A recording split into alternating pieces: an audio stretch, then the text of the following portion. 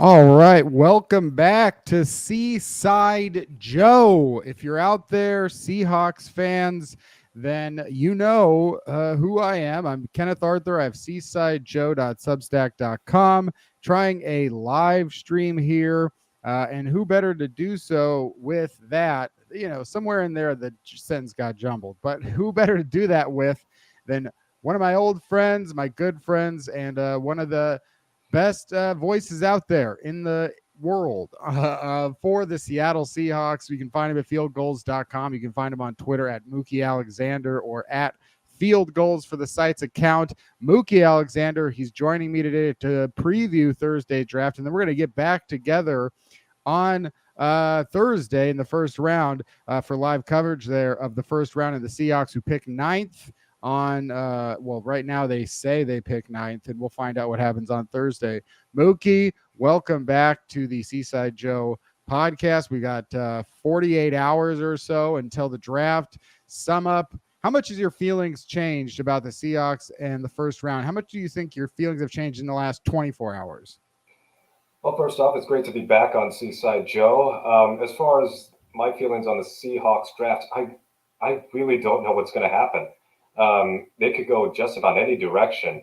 They could trade down. I can't rule out them trading up, whether with their ninth pick or with the their 2 seconds to go to the back end of the first round. So I went from being skeptical and worried to I'm a little bit more excited about what the Seahawks could do as a result of the type of draft capital that they have now compared to the last couple of years where they were normally picking late, or in the case of last year, they didn't have any picks at all, really. Yeah. Yeah, this is the most draft capital that the Seahawks have had since 2012. We know how that went, but this is a totally different team in a totally different situation with different needs, and it's just a different game of football.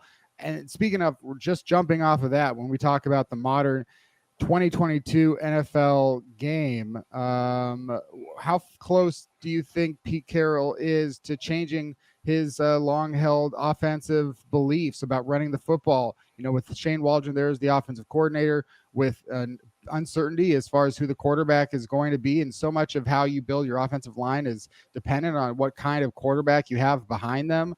So would you expect a slightly different Pete, or would you say this is going to be the run first, run second Pete that we've typically known when Russell Wilson isn't in the MVP conversation? Well, I know that 90s reboots are all the rage right now in the entertainment industry. Maybe that's as far as we'll get with Pete. We won't go all the way back to the 1970s. But I expect that with no Russell Wilson and with Drew Lock presumably the starter, you still have Geno as his backup. I don't expect anything out of Jacob Eason. And then the potential for them to draft a quarterback this year. I think they're going to be one of the more run-heavy teams. Not to say they're going to go back to 2018 where they were the most run-heavy team in the entire league, but certainly with the success of Rashad Penny late last season, I feel like that more or less emboldened Pete to say, hey, this can work. I mean, Wilson was looking better at the same time that the rushing attack was revived. So if we can have Drew Lock or whomever at quarterback and you have the same really imposing rushing attack, then to limit the mistakes that Locke could make or Geno could make or a rookie quarterback could make, they're going to rely on the run game a lot more than other teams would. They're still going to do a lot of play action. Locke is not immobile, so if he's the guy, they're going to rely on using the quarterback's legs. So the let Russ cook or the let the quarterback cook days are probably done. But I think that we're going to lean towards the run, but not so far heavy that it's going to alienate the entire Seahawks fan base. Not like it's too difficult to alienate the fan base at this moment. I see what my issue is because I muted myself before the podcast. It freaked me out. It's touching this mic as if though I'm Chris Sims. I don't know how many people actually watch Chris Sims, but all he does is hold the mic weird like this, and it's like It's like it's a lip mic. Exactly. He's like always holding the mic like this with his full hand. Like he really wants to control. I got to stop doing that because I mute myself. If you're out there watching in the comments, do send comments. Do send in your thoughts. what we say, what you'd want us to say. We will be, I don't know if we'll be your puppets there, but try. Give it a shot. See what happens. Throw the comments there in the side about what you think. What do you want the Seahawks to do at quarterback this year is one of the big questions. I do think that we are overrating this position a little bit. I do think it is actually more important than I did in the past. But despite that, I think like when you're in a position like Seattle, the best thing you can do is defense. You don't have the real opportunity here to have a Joe Burrow. So, the best thing you can do is try and stop the guy on the other side of the ball like the 49ers have been doing in the last few years and going out there with Jimmy Garoppolo. So if you want to have that kind of a chance at getting deep in the playoffs, I think certainly we should be talking about the defense and how to get better on defense. And I do think Seattle, the more and more I think about it, I start to like the defense a little bit, and as long as it gets a couple extra pieces there. But quarterbackly speaking, there is that Drew Lock, Geno Smith. You mentioned Jacob Eason, and I do think more and more I'm like, he could actually be a pretty good backup in this league for a long time. And I don't know what that means for him in Seattle, but it could come down to whether or not Geno Smith or Drew Lock is on this roster. If you had to choose one, Smith's contract finalized today. Drew Lock was a second-round pick only 3 years ago, hasn't had a real great opportunity in the NFL. Which of those two quarterbacks would you say is most likely to be starting in September? I think they would lean towards Locke. They want to see what they have in him, because if it ends up being Locke is not even good enough to beat out Geno Smith, who has started like 3 games over the last 4 or 5 seasons, then that really diminishes the trade even a little bit more, because they were high on Locke, or at least based on what John Schneider said in the press conference. So Denver has not had a good offense for a while. They haven't had a good offense since the last good year of Peyton Manning. So we're talking 2014. And yeah, they've had some bad quarterbacks, but they've also had bad offensive coordinators, bad coaching. That's not a talentless offense, though. So the fact that Locke has struggled already concerns me about what he's capable of. But since this is the last year of his deal, they might as well figure out what they have in him now. They know what they have in Geno. So I think that they would lean towards Locke. And you brought up Eason. Basically, the future of Jacob Eason is whether or not the Seahawks take a quarterback on Thursday or Friday. Because if they don't, then I'm going to work on the assumption that the 3 quarterbacks they have on the roster now are the 3 quarterbacks that they're going to have throughout training camp. But if they take a rookie in the first round or the second round, Eason is like 10,000 to 1 to stay on the team. Yeah, I mean, there is potentially a practice squad role for him. Maybe something like that if he doesn't get snapped up by somebody else. But obviously not the quarterback of the future. And yeah, you're right. If the Seahawks don't draft a quarterback, it could be that these are the 2 quarterbacks vying out for the job in training camp. There are still other names out there as well that people will be discussing. Baker Mayfield, of course, is the most prominent of those.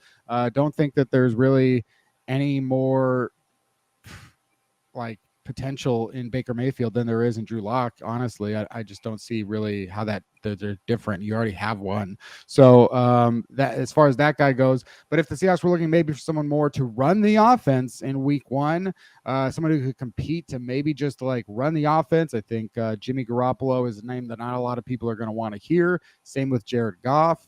But if those quarterbacks get cut or on the move, we know that Jared Goff is very comfortable or aware of the Shane Waldron offense. So that's a love it or hate it. And I understand if you hate it, certainly that is something that I think has to be taken into account. And also Nick Foles is another guy who I've been throwing out there just because veteran, he's not going to not be on a team. He's capable of starting. Yeah. Sorry, Seahawks fans, there's not going to be a lot of answers out there that I have for you that make you go like, but I don't get it. That's, you're just saying, I don't get it. Why those quarterbacks, I don't want them to start. It's like, yeah, well, Geno Smith or Drew Lock are probably going to be one of the 2 starters. So I'm just talking about guys in comparison to what Seattle has at their disposal right now. Corey Coolman has don't take a quarterback this year. Focus on the foundation for when the Seahawks find their franchise guy. That's right, Corey. That's what we are thinking here too. Only take Baker if he gets cut, which I think he will be. There were rumors that maybe Cleveland would hold on to Baker Mayfield in case Deshaun Watson gets suspended. I don't think that's probably going to happen. So, in terms of holding on to Baker, I don't think that's probably going to happen. So, cut, traded. It really is going to be hard for Cleveland to cut him just because of the financial it's just like there's nothing in it. So maybe they just try and get a 7th round pick or something like that. But not really a concern for us at this point. So hopefully just move on and we'll see what happens there in the draft. And I do want to go position by position and on the field and just talk about like where do the Seahawks stand? How does it relates to the draft? Mookie, maybe like what you're hearing out there in Field Goals land. Go to fieldgoals.com in case you didn't know.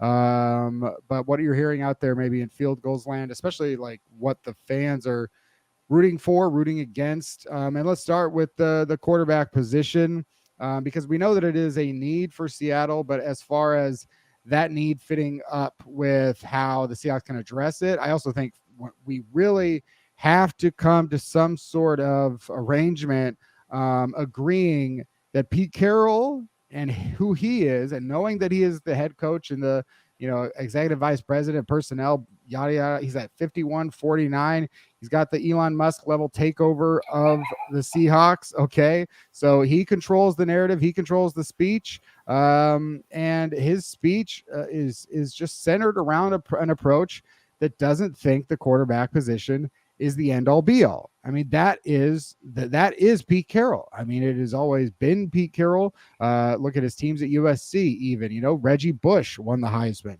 So I think that this is something where maybe this is also why Seattle, I don't think, will draft a quarterback early, in addition to the fact that the Seahawks are in no position to help a quarterback right now. And of course, the fact that the quarterback class this year is considered maybe the worst since 2013 when Geno Smith was a early 2nd round pick. So, Mookie, what are your thoughts on upgrading the quarterback position in this draft? Do you think it'll happen? And when do you think it'll happen? I think they'll give it a shot as far as looking at a quarterback this draft. But if they pick at number 9 and take a quarterback, I wouldn't be too thrilled with that. Because as you said, this is not a deep quarterback class. And there's certainly not a lot of quarterbacks I can think of who would fit the bill as worthy of a top 10 pick. So I know Desmond Ridder from Cincinnati has generated a lot of attention, not just from the Seahawks perspective, but also nationally. This idea that he could go a lot higher than people think and that he's pretty much a lock for the first round. So Ridder is the only quarterback that we know of who's had a top 30 visit with the Seahawks. So if they are seriously interested in him, then maybe he's the guy. I'm not terribly high on Ridder. I know he ran a pro-style offense in Cincinnati, but I don't think his arm is the greatest. And I feel like that's a borderline requirement for Pete Carroll, that he wants a guy who's got a big arm, who can consistently complete those downfield passes, those explosive passes that he loves so much. Malik Willis is also targeted for the first round. In the second round, you have Sam Howell could end up going in the second round. I don't know where Kenny Pickett's going to go. He could go the middle of the first round. He could drop to the second round. I don't think the Seahawks have any interest in Pickett. And then you have Matt Corral, whom I forgot, just tweeting some stuff earlier. I forgot about him, but Pete Carroll was at the combine looking at his combine workouts. I'm not too high on Corral. The Seahawks probably aren't anyway, even though they attended his combine workout. From what I've gathered from Field Goals readers, they seem to be leaning towards just taking a quarterback next year, especially when you got 2 first-round picks, deeper quarterback class. You can probably land a quarterback with one of those 2 picks, or you could package those 2 first-round picks for, I don't know, some established quarterback who might be available the year after. So personally, I wouldn't hate if they went for a quarterback in the second round, because teams move on from second-round quarterbacks pretty much all the time if they fail. If they're not good in their first or second year and teams want to move on, then nobody kicks up a stink over that. You draft a quarterback in the first round, especially in the top 10, and you give up on him right away. That's limited to Josh Rosen, essentially, as far as just on-field performance and no extenuating circumstances. And even that had the asterisk of he was taken by a previous regime, and then a new head coaching staff came in, Cliff Kingsbury, and Rosen got jettisoned. They drafted Kyler Murray. You're not going to see that regularly. So the Seahawks quarterback position is a need, but can it be successfully addressed this year? I don't think so through this draft class. If they're going to go with Howell or Ridder or any of those names, I think you got to go with one of your second round picks, 40 or 41. Yeah, there is that interesting part about the first round of the draft and the quarterback class itself when you talk about the top five, really, and maybe the top four. Because as you said, I think everybody is constantly forgetting about Matt Corral. That may be the best descriptor of Matt Corral. It's just a blank space.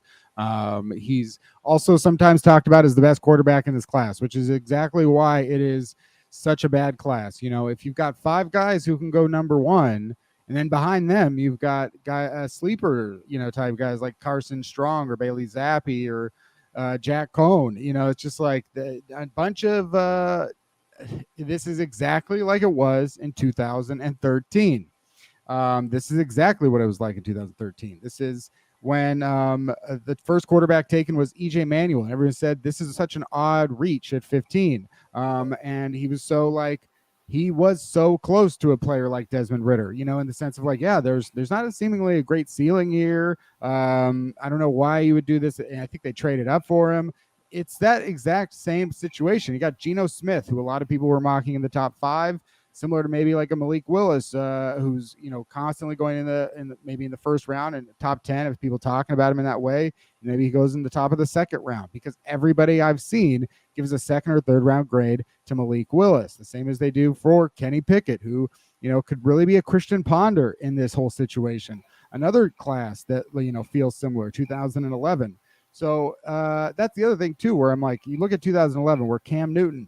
I mean, if Cam Newton can go number one and Malik Willis can go number one, what does that say about a quarterback going number one in the draft? Cam Newton was otherworldly. The athleticism out of Cam Newton, the size out of Cam Newton, never seen before. Malik Willis is 5 inches shorter. He didn't test at the combine. He didn't test at his pro day, and a lot of people said, well, yeah, he's not very fast, so why would he test? It's like he's very good at gaining yards on the ground, but he didn't test that well. So if Cam Newton and Malik Willis, you got Cam Newton, who transferred from Florida to Auburn, won the Heisman Trophy, won the national championship, dominated college football, did everything for one season that you would expect out of a number one pick. Malik Willis transferred from Auburn to Liberty and, didn't get the job at Auburn for 3 years. And then at Liberty was pretty good, but wasn't great. And it's kind of interesting to see where that whole evaluation has ended up as, because I spent all of last year watching the quarterbacks for this draft class. I kept looking for somebody to stand out. Nobody that's coming out of the draft this year stood out. And Desmond Ridder was just like, he was probably the guy that was the one who never made me feel like, oh, I got to drop this guy out of the top 10 entirely. He was the one that was like, didn't have a lot of bad games, but he just wasn't fantastic. And there, with that arm strength, and you wouldn't really expect him to be an early draft pick in most years, but this class just doesn't seem to have it. If I had to, for the Substack, I said if I had to pick anybody, it would be Sam Howell. He has, sort of that arm strength that you would look for in a guy to maybe have to hit some of those deep bombs. You might have the best deep ball in the class. He's got some athleticism. He was rushed for 800 plus yards last year and really earned it, from watching the film, what I had seen. And he also is not someone I'm going to pound the table for. So I think this is definitely not the year to do it. But John Schneider, it seems like he's intent on drafting a quarterback this year. Seahawks have 8 picks. Some of those there in the middle rounds. It seems like that could be a spot to do it in the 4th round. And you may be surprised if, because in 2013, Ryan Nassib, a guy that was mocked often in the top 10, went in the 4th round. So you might be surprised Desmond Ridder or Sam Howell or Matt Corral is available there in the 4th round. I think the Seahawks. Do you think the Seahawks will address the quarterback position at some point? I think they will. Like I said, if they go pick a quarterback at number 9, I think that'd be quite disappointing. If they go 2nd round, it's a little bit lower risk. If they even go 3rd or 4th round, if they go with Carson Strong, now that has its own risk, especially with his knee condition. But if you're going to draft somebody with that medical red flag, you don't want to do it in the 1st or 2nd round. 3rd or 4th round, that's not, 4th round especially, not even a lock to make the team. Like at 4th round and below, you're fighting for a roster spot more often than not. Even though historically the Seahawks tend to keep those guys who are drafted in that range. But I think about the first draft that Pete Carroll and John Schneider had with Matt Hasselbeck in the last year of his contract. They traded for Charlie Whitehurst. That was an insane trade, even with the benefit of hindsight. The draft capital they gave up for a dude who had never thrown an NFL pass in 5 years in the league. But you look at that quarterback class. Number one was Sam Bradford. And then the next quarterback taken was Tim Tebow. And everybody knew Tim Tebow had a lot of shortcomings that made him just totally not viable as a traditional starting quarterback, if you will. And then you get to like Jimmy Clausen and Colt McCoy, guys who went in the second round. It was a bad class for quarterbacks. In fact, it's just not a good class, period. So you could get those same vibes out of the 2022 class. So what did the Seahawks do? They had a void at left tackle. They drafted Russell Okung. They had a void at the safety spot because their safeties consisted of Deion Grant and a 90-year-old Lawyer Malloy. So they got Earl Thomas. So they addressed those needs right away. They took a chance on Whitehurst. Didn't work out. They moved on from Hasselbeck. Then in 2011, they could have gotten Andy Dalton. And they didn't go for Dalton. 2012, that's when you have a super deep quarterback class, such that Russell Wilson could fall in the third round. And he was a very popular pick just in that second to third round range for teams who didn't take anybody in the first round. I think like 5-6 quarterbacks went in the first round, and one of them was Brandon Weeden. But still, that was a much stronger class than we see out of 2022 rather. I'm forgetting my years, but you get the general idea. With the Seahawks, I think they will try and address the quarterback position, but if they are going to make a serious commitment, then they would be better off trying in 2023. Yeah, I agree. It's 2023. Maybe it's 2024. Maybe it's there doesn't have to be such a some years. Here's the thing. I think you draft a quarterback when you have the feeling deep down that he is going to be a top 5 quarterback in the NFL.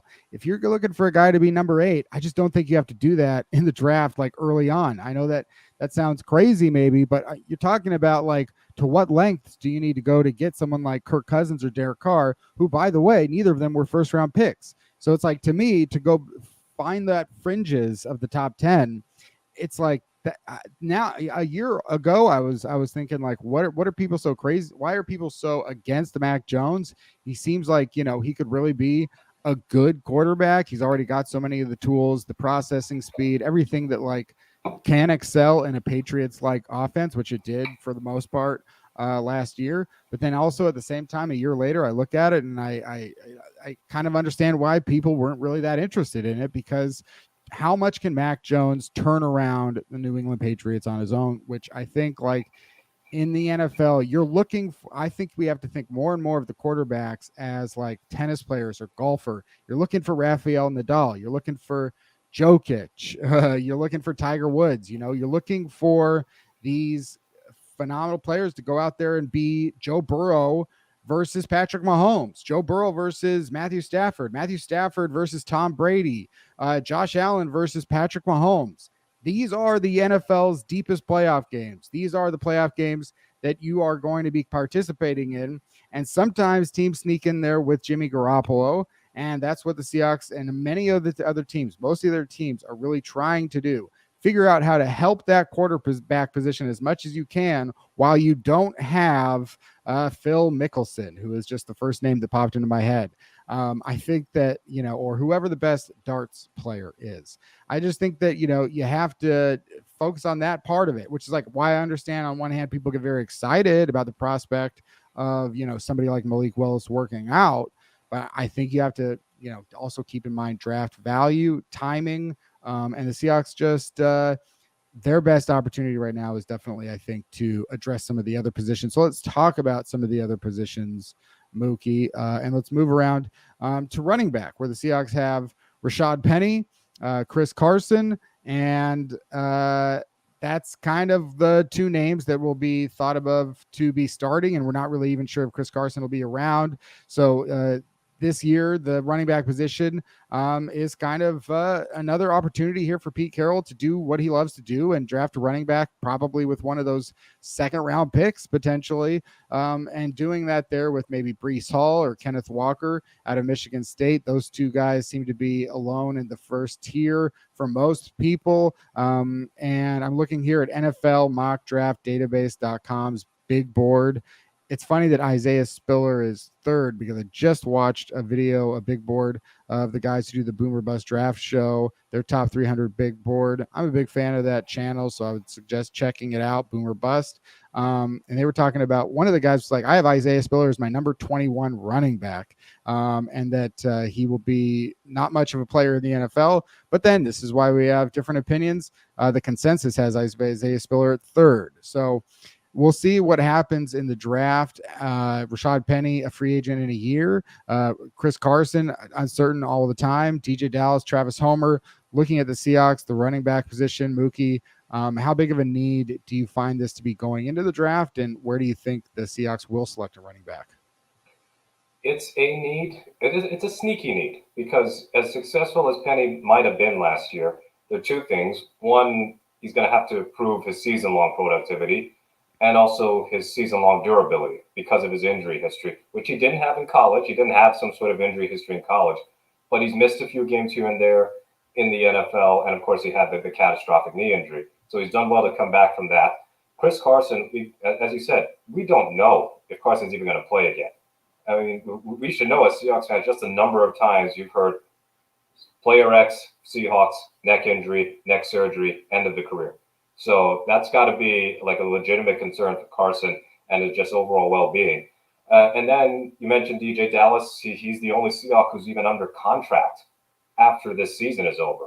Homer's a free agent too. And we know that Travis Homer's a valuable special teams contributor and a good third down back and a pass blocking back. He's not an every down back. So I think the Seahawks would like Breece Hall in the second round, but they could even go deeper in the draft. They could go in the later round and take, I don't know, Hassan Haskins from Michigan or James Cook out of Georgia. They've always been willing to invest in the running back position, whether people like it or not. And think about it historically. They took Robert Turbin, even though Marshawn Lynch was already on the roster. They took him, I think, in the fourth round in 2012. 2013, Marshawn's still on the roster. Turbin's on the roster. They take Kristen Michael with their very first pick in the draft. And I think we know what happened there. And then 2018, they used a first-round pick on Rashad Penny, which has drawn a lot of criticism, and I think justifiably so. But you could semi-understand their point of view, which is to say our best back suffered a catastrophic injury, a broken ankle, while our other running backs were just not productive at all. You had Mike Davis, J.D. McKissick, and Thomas Rawls and Eddie Lacy, and collectively they were one of the worst rushing groups in the history of the NFL. So if they take a running back early, I'd rather it be Hall or Walker. I like Kenneth Walker a little bit more, but I definitely believe that they will try and add another running back to the group because they certainly didn't add anybody in this offseason. And the depth that they have right now, you can't be 100% confident that their top two backs on the depth chart are going to stay healthy. Corey with another comment about here on the position. Breece Hall would be awesome, but Zamir White or Dameon Pierce would be great third or fourth round. And I think we've heard the name Dameon Price a lot, more and more as the draft process has gone on. I've heard Danny Kelly mention it on this podcast and other podcasts, that he may be the number one running back out of this class. And we do know that I think that what's really important with running backs is not necessarily to draft one in the first round or not necessarily to draft the first one, but there's usually a group of, 6 or 7 names. And out of those 6 or 7 names, they'll be the first ones to go. And one of those guys will be Jonathan Taylor, or one of those guys will be, Aaron Jones or say, and so we'll see whether or not that is how the Seahawks are affected in this class. I think because there are opportunities to address some of these other positions that we're going to talk about, maybe now is not the time for Pete Carroll to, make his big Rashad Penny-like splash once again. And, that class had Nick Chubb, who went after Penny, Sony Michel, Saquon Barkley. So now the Seahawks have an opportunity to, having re-signed Rashad Penny, who's only 25, 26 years old, have an opportunity to give Penny another chance to win the job for the next 3 years. And I think you can look at Marshawn Lynch. It's not that much of an age difference between when Penny had his explosion at the end of last season to Marshawn Lynch joining the Seahawks and then really taking off in 2012, 2013 as the star running back that we remember him as today. So that is Seattle's opportunity to do with Penny, who, again, the Seahawks are going to have so much cap space in the future coming seasons here that they can overpay Rashad Penny a little bit if he does prove to be healthy and effective. And I think if he's healthy, he will be effective. So maybe the Seahawks will hold off, get a Damian Pierce, or, as you said, Hassan Haskins, or somebody there on day 3, maybe even to Tyler Algiers. There's so many options out there, but maybe we don't know quite yet until for Thursday, really Friday, who those top-ranked guys will be for teams. And moving on to wide receiver, DK Metcalf, Tyler Lockett. I'm sharing here from ourlads.com the depth chart for the Seahawks at wide receiver: DK Metcalf, Tyler Lockett, Freddie Swain. Those would be those that they have listed there. Dwayne Eskridge, who, obviously the hope there is that he steps up and has a key role in Shane Waldron's offense next season. And then the group of guys: Benny Hart, Aaron Fuller, Cade Johnson, Cody Thompson, Matt Cole. More than anything else, a lot of focus on the possibility of a trade. I thought at first that was probable, especially for me. Tyler Lockett was the guy that they would put on the block to see, because, hey, just sign DK Metcalf long term. He's got years down the line to be productive and good. So if you've got any sort of rebuild plan, it should start being effective in year 2 and year 3. So DK Metcalf should presumably still be great by then, if not better. So I would have thought there, but now I'm settled more into the idea that, yeah, Metcalf, Lockett, Eskridge, these will be the top 3 guys going into next season. But Mookie, it's been such a focus now because of the Bengals, because of the Rams, these teams that have star wide receiver power 3-4 deep on their roster, that having more options is at wide receiver is something that's taken center stage as the focus of building a team. What do you see as Seattle's need at wide receiver specifically? Like, what kind of role would you see the Seahawks be looking for at receiver, and when do you expect them to address it? It's going to depend on what they do with both Metcalf and Lockett. So I assume that Metcalf is going to get his contract extension, or at the very least, he's going to play out this season. So he's going to stay on the roster. Deebo Samuel over in San Francisco, that's a totally different story. You notice that there's been a lot of noise surrounding receivers and possibly being on the move for those on the rookie deals. So Metcalf, A.J. Brown, Deebo Samuel, Terry McLaurin. Well, Metcalf, I think, was seen at VMAC pretty recently. So I think they will sort things out. Lockett's a different story. I can see him getting moved, not necessarily this year, but maybe the year after. So they might want to think ahead and at least explore getting a receiver, not early, not in the first or second round, but certainly they can look at the third, fourth, or fifth round range, because you can never have enough receiving talent. We saw it in the Super Bowl. The Rams had Cooper Kupp and Odell Beckham, and then Beckham got hurt, but Cooper Kupp, Super Bowl MVP. They had Van Jefferson, who's not the greatest, but still. The Rams took him and Tutu Atwell in the second round. Now, Atwell, much like Eskridge, not productive. In fact, not even much like Tutu Atwell, didn't even get on the field. I mean, he was injured and he didn't have a catch. But still, they're always investing in wide receiver. They're always investing at skill position early or on the offensive line. So you look at the Bengals. They got Jamar Chase. Everybody's saying, oh, you should go get Penei Sewell. Joe Burrow's going to get killed. Well, yeah, he did almost get killed in the Super Bowl, but they also almost won the Super Bowl because of the sheer talent they had a wide receiver just between Chase and Higgins, not to leave out Tyler Boyd, who's been there preceding Joe Burrow. So you look at the Seahawks, and Metcalf, talented, young, dynamic, can probably work with any quarterback. I mean, he was pretty productive with Geno Smith over those 3 games. I mean, the only clearly quiet game was the Saints game, and he still had an 85-yard touchdown off of it. It's just that Smith's not accurate. The Saints have a good defense. It's a bad weather game. Lockett, he's going to be 30 soon. If he isn't already, I think he's 29. So you wonder if, because so much of his game was predicated on his speed and quickness, and the fact that Wilson really elevated Lockett too with their chemistry on deep passes, how much of his game is going to suffer. People are more assuming that of Metcalf, but what about Lockett? Now, Lockett also had some good games with Geno, but Lockett as a downfield threat, that might be a totally different story without a Russell Wilson back there at quarterback.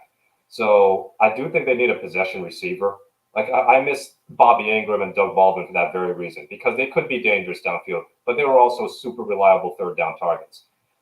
So D. Eskridge, major question mark because he was both injured, wasn't productive, had 10 catches and a touchdown, didn't even break 100 yards receiving. And they didn't even use him in special teams either. He might have one kick return or something like that. Freddie Swain, he's all right. He's like the new David Moore on the team, just drafted in the 6th round from a known school in Florida. But you can't just hang your hat on, oh my God, we absolutely need to keep Freddie Swain, or we absolutely need to keep Penny Hart, or we got to really invest in D. Eskridge just because they took him in the 2nd round. Like I said, the Rams took Jefferson in the 2nd round in 2019? They took Tutu Atwell in 2021, or they took Jefferson in 2020, something like that. This is again a good wide receiver class. It's not generational. It's not as great, I would say, compared to the previous couple of years. I suspect that we'll see a lot of receivers gone just with at least the top ones within the first 2 rounds, but they should take a flyer on day 2 or day 3 receivers who are at least targeted there. The person that I'm most interested in would be John Mechie from Alabama. And I know he had an injury problem towards the end of the year, and he missed the national championship game. But I can see him being that type of possession receiver. And again, not a big dude, but he has the speed, and he's a really precise route runner. I'm not sure where he would be projected necessarily, because at this point, this feels like a draft where nobody really knows anything. So some guys are getting mocked to the 1st, and some guys are getting mocked all the way down to the 3rd round within 2 different mock drafts. So, yeah, wide receiver is not a big need. It's not a priority, but it's somewhere that they can always look to invest. Yeah, absolutely. I think you're right that this class is, again, just like so many other positions this year in the class itself, hard to predict. And what does that tell you? Not a very strong class. I mean, it doesn't mean that there won't be great players throughout. Doesn't everybody seem so much harder to judge all of a sudden, especially like you look at the Georgia team, you look at the Georgia defense, all those players impacting each other, and to such a degree that the greatest college defense of all time, nobody's really sure which of those players is the good one or the great one at the next level. You just start saying like, well, maybe it's Trayvon Walker because he's got the most athleticism, or maybe it's Nakobe Dean because he's the best in like coverage, pass coverage, and this do everything maybe like kind of linebacker except doesn't do everything. Maybe it's Jordan Davis because everyone would call him the team leader, and he's got this incredible athleticism just like so many of the other players. Maybe it's Quay Walker, another sleeper there at linebacker who could very well be the Micah Parsons of the group. And then maybe it's Lewis Seen because it's the safeties. Maybe he's been hidden behind all these great players in the front 7. Like that just tells you that people are really unsure of what to think of the top prospects in this draft. You've got people I've seen, just speaking of the wide receiver class, this entire time that have been following it. Everyone's saying, there's not a Jamar Chase in this class, or even a Jalen Waddle, or maybe even a Devontae Smith. And I definitely would agree that from what I see, there may not be a Jamar Chase, but that doesn't mean that there's not a player in this class who's better than Jamar Chase. It just means that looking at the prospects, we don't know what to think. When I look at Jameson Williams, I see someone as good as Jamar Chase. That's somebody who I see as like, wow. I mean, if he's healthy when he comes back, again, you're talking about Alabama players with knee injuries. If he's healthy and he comes back and he has that same acceleration, burst, suddenness, everything that he did as a playmaker, to me, that says, wow, like an Odell Beckham Jr. or a guy is going to come into this league at this position, I think, like Jameson Williams, and be that kind of star. And some people agree with me and other people don't see it that way. And at the end of the day, it's like, despite there not being a Jamar Chase, I've seen Garrett Wilson mocked in the top 5 regularly. I see Drake London has gone in the top 5. I've seen Jameson Williams go in the top 10. I've seen Chris Olave go in the top 10. I've seen Treylon Burks go in the top 10. I've seen Jahan Dotson regularly go in the first round, and a lot of people, his comp for the NFL is Tyler Lockett. So if you're the Seahawks, maybe you are thinking about a Jahan Dotson, a guy who, if you have to move on from Tyler Lockett in a year or two because A, he's about to turn 30, B, he's about to cost $24 million per year, and you're going to also have to pay DK Metcalf. So I see a guy like Jahan Dotson, and a lot of the things that you mentioned, Mookie, about what the Seahawks could be looking for at the position. I think Dotson is a guy who could fill, but maybe he doesn't. Maybe nothing doesn't work out, because look at just last year's draft alone. Look how immediately there are problems with Kadarius Toney. Look how immediately there are just like these disappointments, like a couple years ago with Denzel Mims, or the list goes on and on. Henry Ruggs, even before his terrible incident, Henry Ruggs was, where was he going to go? Actually, he started to put it together a little bit, but after one season, it just wasn't really sure. How sure are we of Jerry Jeudy? Or there's just so many variables to look forward to that some of these guys that we like a lot for all the reasons are going to be disappointing maybe as soon as in 4 or 5 months. And so there's a lot of uncertainty. I've seen George Pickens go in the first round, and some people talk about him as if he's the best receiver in the class and that he just doesn't have, the experience yet to just show like that he is. And Sky Moore, a guy who I see regularly talked about, is like, why isn't this guy in the first round? Christian Watson is a guy that gets talked about in the first round. As you said, John Mechie was Jameson Williams before Jameson Williams was Jameson Williams at Alabama, and then tore his ACL. Calvin Austin, incredible speed and athleticism. David Bell, phenomenal production at Purdue, just didn't have the athleticism. Maybe David Bell could be like an Anquan Bolden and not match the athleticism to what he's going to do at the next level. Alec Pierce, also considered one of the big sleepers at wide receiver in this draft. You can even look at a guy like a DK Metcalf a few years ago, who people said, this guy's a top 10 pick, and then he went at the end of the second round. And Seattle could be looking at that sort of situation again, where maybe they see a guy there at 72 in the third round and take a chance on him. I love Khalil Shakir. I'm showing here NFL Mock Draft Database. I love Khalil Shakir. He might be my favorite player that's not going to go in the first round at any position, maybe. But then again, I don't know. Maybe it won't work out that way. Wan'Dale Robinson, Jalen Tolbert. So I think also the depth there is another reason why Seahawks, you would think, should come away maybe with one of these guys. And it doesn't have to be in the first round or even in the second round. But there's so much depth there. They could come away with one of these guys. It's also kind of interesting to just think about, like, how much resources should Seattle be spending on receiver if they don't plan on moving on from Tyler Lockett or DK Metcalf, when they don't have a real quarterback to get them the ball right now, and we don't know if they'll have him next year, and maybe the Seahawks could just get better at other positions. So let's talk about some of those other positions. But I like that call out of John Mechie. It's a very I think astute one, not one that I've seen as many people put out there, but it's a great call. I think Mookie on there pointing out a few more of these comments. If you're out there watching the live stream, don't forget, go to fieldgoals.com for Mookie Alexander. Follow him on Twitter. seasidejoe.substack.com for a daily Seahawks newsletter and regular multi-times a day Seahawks draft coverage, and hit subscribe on this channel. We got Chip Bridges in the house, a longtime Seaside Joe reader. Let me pull up one of your comments. Did I shout out Eric Gilbertson yet? Thank you, Eric. He's on board with waiting for a QB. Would like to see edge, OT, cornerback, and running back. Expect tight end, defensive tackle, and safety. Hey, I think we know what you're talking about, Eric. And yeah, that's a possibility. We'll get to the tight ends. I think that's an interesting position. Chip Bridges, one of our longtime friends.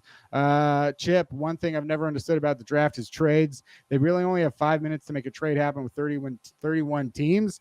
I think the way that trades would work in how I've thought about this, and I've thought about this recently too, Chip, I think the trades are really just like, at this point, John, he's got relationships with the general managers who've been around for a while. And I think one of the advantages that the Seahawks have in every draft now is the sheer amount of experience and unity that they have had as an organization for the last 13 years.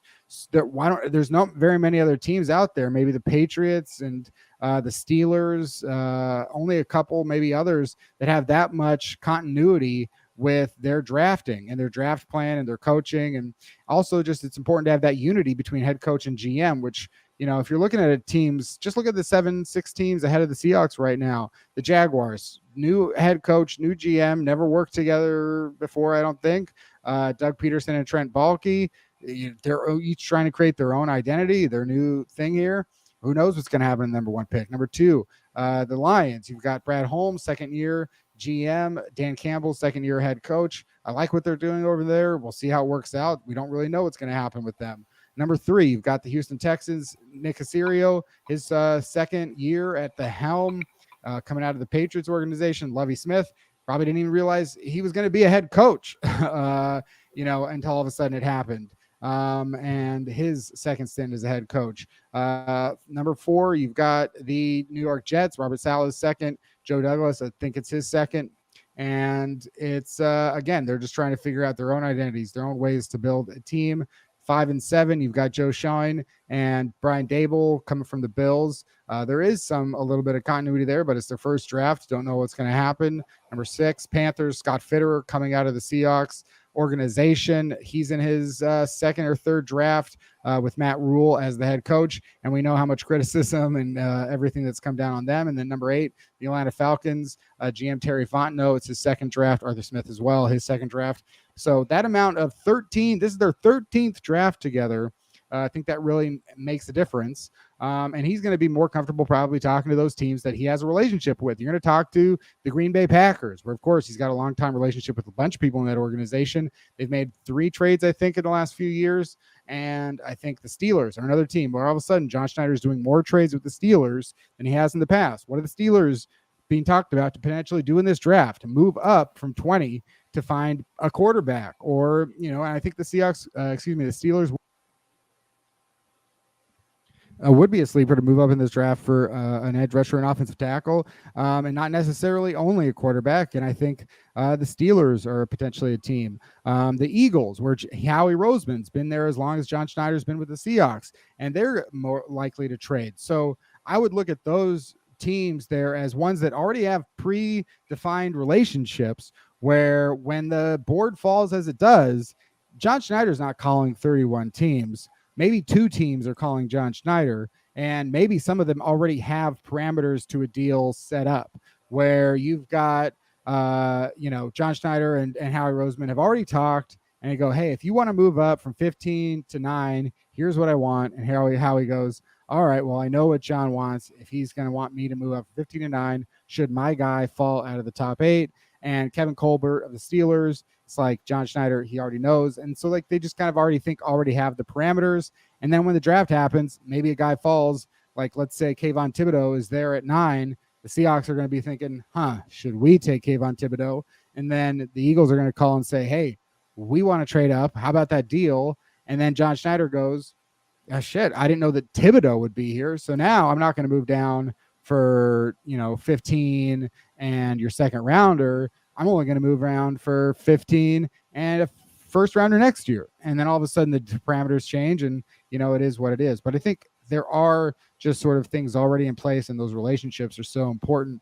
And I think Seattle's experience means, just making all those awkward phone calls when it's your first draft as a GM or your second draft as a GM, and you've never talked to this other guy, and it's his first draft as a GM and their first time as a head coach, and there's nerves and anxiety, and am I going to do the right thing or the wrong thing?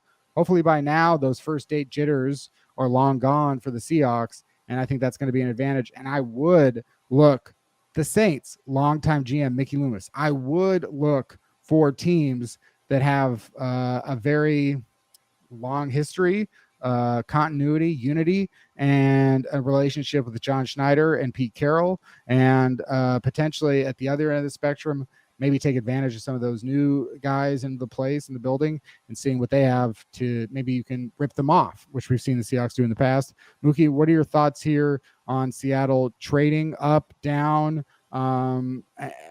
something that you would want to happen? I would be fine if they traded down. Trading up is interesting because the only way that trading up would make sense is if there is some can't miss offensive tackle or edge rusher that they are afraid won't be able to make it to 9, and some other team is going to get them, and they absolutely need to move up a couple of spots. If they move up a couple of spots for quarterback in this year's class, that's really poor use of draft capital. I'd also be fine if they traded up using the 2 second rounders they got to maybe go into the back end of the first round to go get one guy.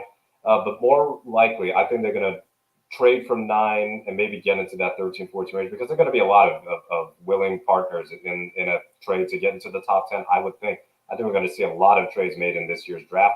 We're already seeing some pick swaps just between New Orleans and Philadelphia not too long ago. In fact, Philadelphia's got New Orleans' first-round pick, if I remember correctly.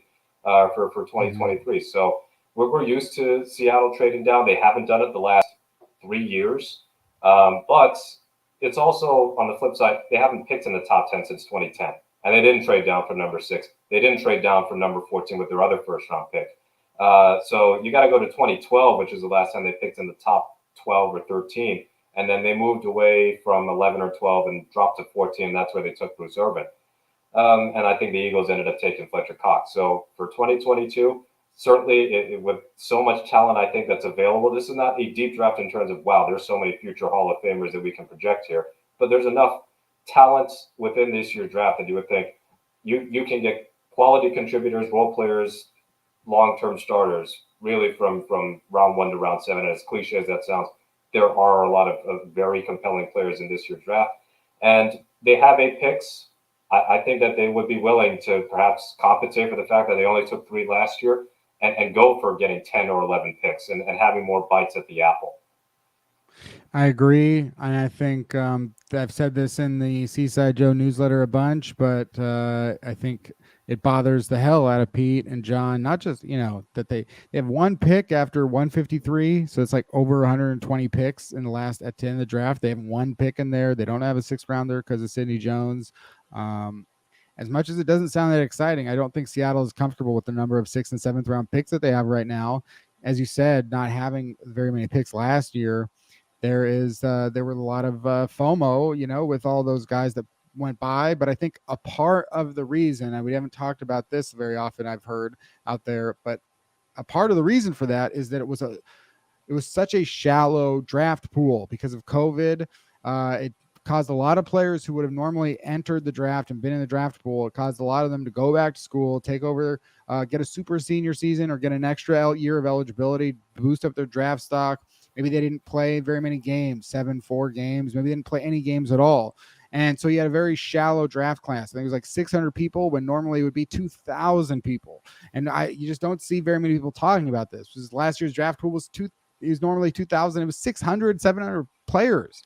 And this year, not only do you have a normal size draft pool, but it's a lot of guys who had that extra year of eligibility. So the depth is really great. The depth is there to maybe get guys who are really good special teamers, role players, maybe even starters in the 6th and 7th round of this draft. So moving down from 9, it's not going to be for extra draft capital in the 1st round next year. I don't think they would have to move down considerably, but I went over some trade down scenarios at Seaside Joe, and I just didn't come away with very many where a team would sacrifice a future 1st round pick to go up in this class for a certain player. You're not going to really see very many options there at quarterback. Like, I think if a quarterback doesn't go in the top 8, I don't know that there's a team running up to trade with the Seahawks at 9 to get a guy who bypassed the Lions, bypassed the Texans, bypassed the Giants, bypassed the Panthers, bypassed the Falcons, bypassing all these teams and the Seahawks too. And yet they need quarterback. And then all of a sudden you're looking at the board and go, well, if he's going to get past those teams, why wouldn't I think he gets past the Commanders and the Vikings and the Texans again and the Ravens? It's like, if you're the Eagles or the Saints, why are you trading up for a guy when there is no consensus, number one, and you don't know if Malik Willis, Sam Howell, Kenny Pickett, any of these guys are going to be better than the other. So it's just sort of like not going to be there for a quarterback. But then again, maybe I'm totally misjudging the way that the NFL uses these quarterbacks, and that's why it's been so hard to judge. I'm looking at prosportstransactions.com here, which is where I always go for where draft picks currently reside. And as you can see, already a ton of first-round trades this year. More than, I think, 9 teams don't have a first-round pick, and that number could go up. And that's, again, a sign of a poor draft.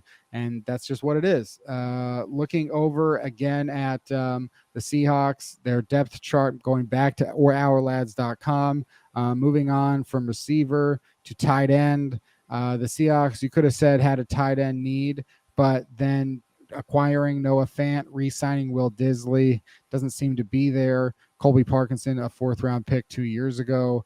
I kind of feel like I know where I'm at on Disley and Fant, but I don't know where I'm at on Parkinson. Where are you at on Parkinson? The fact that they picked up Fant's 5th-year option and gave Disley the contracts that they gave him, top 15 pay for somebody who was showing a lot of promise his first 2 years and then had two very bad injuries, and then has since then, these last couple of years, has been relegated to a backup tight end, more of a blocker than a receiver. Uh, Parkinson has had a hard time getting onto the field. So he had his broken foot twice over, and it's only towards the tail end of last season that we actually started to see him get even a few looks with Russell Wilson at quarterback, because I think the only catches that he had in his rookie season were passes thrown by Geno Smith in that blowout win over the Jets. So I don't think Parkinson is even a lock to make the roster. Now, with that said, tight end is probably not a need. I do think that Fant could be an interesting part of the Seahawks offense.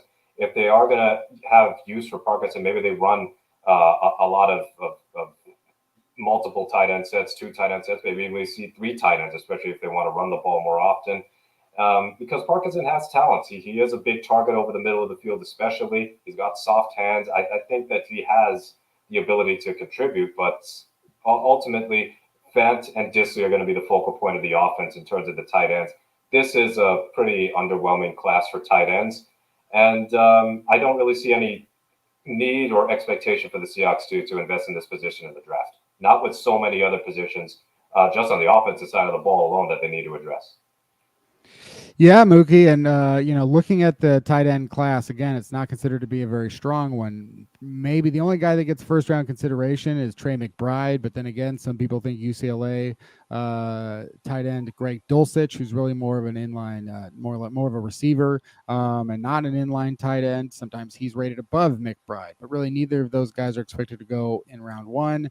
Maybe only 2 or 3 guys go on day 2, and then on day 3, where the value is so good, kind of, that you just start thinking like, well, shit. I mean, George Kittle was a 5th round pick, and I remember that draft too. And I remember that tight end class. And I remember there were people who were like, George Kittle's pretty tight. Why is he a 5th round pick?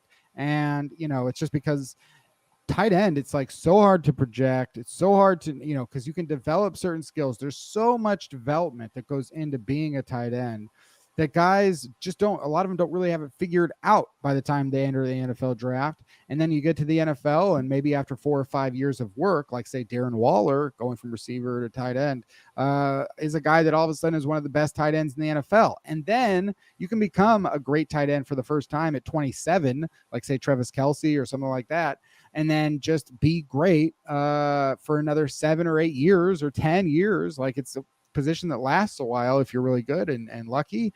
So it is something where I think Seattle could look, because you're just looking at it maybe in the 5th round and going, shit, if it's George Kittle, maybe. I mean, Charlie Kolar from Iowa State, a lot of love as a sleeper. Isaiah Likely, Coastal Carolina, watched a ton of him because of Grayson McCall, my guy. Jeremy Ruckert out of Ohio State. Jelani Woods out of Virginia. His athleticism was maybe number 1 out of 1 in terms of tight ends in the last 10 years. Cade Otton, a local guy out of Washington. So Jalen Weidermeyer, there's a lot of guys that have that sort of potential where you say maybe you take a flyer, maybe he even beats out a Colby Parkinson for the 3rd tight end spot. Maybe a guy gets hurt, and then all of a sudden the Seahawks have someone else ready to step in. But I agree, it's not something that the Seahawks should worry about on day 2, and it's not really even something that most teams are going to worry about on day 2. And because of that, maybe a Charlie Kolar comes in there in the 5th round and then is a huge steal in the draft. Could be worth it at that point, especially if the Seattle Seahawks are taking 10 or 11 guys, as we've suggested they could. We got an NFL record 13 viewers right now of this live stream, and I will say, like, comments, keep throwing them in there. You guys, I'm seeing more and more new names pop up here, so keep that coming. Let's go over to the offensive line. Mookie, is this a position, offensive line, is this a unit that has ever taken the focus of attention, do you think, at Field Gulls? Do people ever talk about offensive line? Oh, yeah. Offensive line, that tends to go under the radar given the deep history of the Seattle Seahawks, especially since, I don't know, circa 2006 and the poison pill that took Steve Hutchinson to the Vikings. Ever since then, people have just shrugged their shoulders and gone, offensive line, who cares? But seriously, this is as big a need as the Seahawks have for their entire depth chart. And there's really no two ways about it. You lost three. You're presumably losing 3 stars because Posick already went to Cleveland, and then they didn't re-sign Brandon Shell. He might even go to Denver for all we know. And Dwayne Brown remains unsigned through free agency. And I have the suspicion that a lot of free agents, of familiar free agents that remained unsigned through free agency, we're going to see a lot more people a lot more teams rather, just wait until after the draft is over and then you have a new wave of free agency. So I don't think they're going to re-sign Dwayne Brown. I'm even hesitant to do it anyway because, at 37 years old, not everybody can be Andrew Whitworth. When that cliff comes for you and you have that steep decline, it's really rough. And Brown played better towards the end of the year, but at the beginning of the year, he looked every bit like somebody who was past his prime. Lots of love for Dwayne Brown, both as a player and as a person, but probably time to find a new left tackle. So they need a new left tackle. They need a new right tackle. They might need a new center. I mean, the money that Austin Blythe got, that's not big time money, and he wasn't even a starter last year. And the fact that was Seattle's big get for free agency on the offensive line tells you a whole lot about their investments over the last few years. They're set at right guard, you would think, with Gabe Jackson, and then at left guard with Damian Lewis. And even Gabe Jackson, they gave, a 3-year contract extension to him, and I think he's on the other side of 30. So he's not somebody that is probably going to be on the team for a super long period of time. Left tackle, it's as important as it gets, right? Until we have an overwhelming abundance of left-handed quarterbacks in this league, we're going to see left tackle as the number 1, 2, 3 priority for starting your offensive line and building the foundation from there. So certainly a lot of good offensive tackles, at least a lot of good offensive tackle prospects within the first round. You have Charles Cross, you have Ikem Ekwonu, you have Trevor Penning, who's a bit of a lightning rod here for whether he's really all that good and whether his lack of discipline and the penalties that he commits are going to be an absolute liability in the NFL. The lack of competition against FBS opponents. He comes from an FCS school. I've even mocked Trevor Penning to Seattle. I said it would be at number 9, but we don't do trades in our SB Nation mock draft. So I could see Seattle looking at him in the late first round or even the early second round, just because of his potential as a run blocker. Yeah, Bernard Raymond, although there's some sort of medical red flag for Raymond, and that might be a concern about whether he'd even go in the first round. He might even drop down to the second round or even lower as a result of the reports. You have, Nicholas Petit-Frere from Ohio State, fantastic last name. Abraham Lucas is somebody that they had a visit with at the Combine, did over Rasheed Walker out of Penn State. So they could go and should go offensive line heavy in this year's draft, because you look at left tackle is Stone Forsythe, and he's never played an NFL snap on the offensive line. Right tackle is Jake Curran, and he was all right for his rookie year, undrafted free agents, but that's a small sample size. Right now, Seattle has arguably the worst offensive line situation in the NFL. And we might say that every year as a matter of joke, but for this year, it's real. Their depth is terrible, and they really need some young talent. And as Chris Snape said, the meat of the draft, you have the best players higher up. Yeah, they need talents, because I feel like we as fans have kind of overhyped Seattle's roster a little bit too much because we're so used to having the best talents around. They had an insanely talented team the year they won the Super Bowl. But this year's roster, as we see it right now, not very talented relative to their NFC West counterparts, let alone the NFL as a whole. So they are very, very, they're very much in need of just established talent and not projects who need 2-3 years' time. They need guys who, especially if Pete Carroll doesn't view this as a rebuild, they need guys who, much like we saw in the 2010, 11, and 12 drafts, are ready to be positive contributors right away. Absolutely. I mean, it's just there's two things that I think the Seahawks, and I've said this time and time again, but there's two things that just so obviously stand out about the Seahawks roster. It's the offensive tackles, because obviously Stone Forsythe and Jake Curhan are not going to be starting. Maybe one of them will. Maybe both of them will, but that would be just bananas if nobody else was brought in. It's just not going to happen. You got Brandon Shell, Dwayne Brown, as you said. What is Dwayne Brown really doing? Why would he be coming to the Seahawks? Why would that be good for Dwayne Brown, let alone the Seahawks? And Brandon Shell, even if he comes, he's an 11 guy. He's an 11-game guy. He's an 11-game player. That's all he is. I mean, that's at best, he's a good 11-game player. And that's just the reality. And the Seahawks definitely need, the thing about it is, even though the Seahawks don't have a right tackle, nobody has ever drafted a right tackle in the top 10 or top 15 or top 20 of a draft. I mean, don't call me out. Find an example. That's fine. I would like it, actually. Show me an example. Nobody's ever drafted a right tackle in the top 20 when they didn't have a left tackle. You drafted Lane Johnson when you had Jason Peters. You drafted Jack Conklin when you had Taylor Lewan. And Taylor Lewan even said before, he's like, they asked me, are you okay with it if we draft a tackle? And he was like, I'm just not going to play anything other than left tackle. You draft a right tackle, that's fine, but I'm a left tackle. I'm never going to move to right tackle. And guys are not going, if you have the talent to play offensive tackle in this league, you will play left tackle. And if you're not, because it's the vast majority, you're getting tens of millions. It's not even close. Left tackles get paid way more than right tackles. And the 5 guys that make 17 million or more a year, are premium elite guys who also just happen to be on teams that were set on the left side. But you don't do that when you're not set on the left side. And the Seahawks have Stone Forsythe on the left side. So it's not going to happen. If they draft a guy and he plays right tackle, it may mean that the Seahawks, have to re-sign Dwayne Brown. I guess they could go out and get Eric Fisher for 1 or 2 years and then try and draft a left tackle next year. But you just can't come away with a right tackle out of this class. You can, but when you're picking in the top 10, you don't do that on a right tackle. And the concern with Evan Neal, who is the top-rated player consensus here, the top-rated consensus tackle in 2022. Again, just a sign that this class isn't what other classes are, because some people say it's Ike Ekwonu. Some people say it's Charles Cross. So you've got this uncertainty. But Evan Neal, a lot of thought that he'll be a right tackle, a lot of thought that he'll be a left guard, that he'll be really great at those positions. I wish him the best at doing that. But unless he's talked about as a Walter Jones, who was a 6th overall pick, when you're talking about being in the top 10 of a draft, sorry, my expectations are pretty high.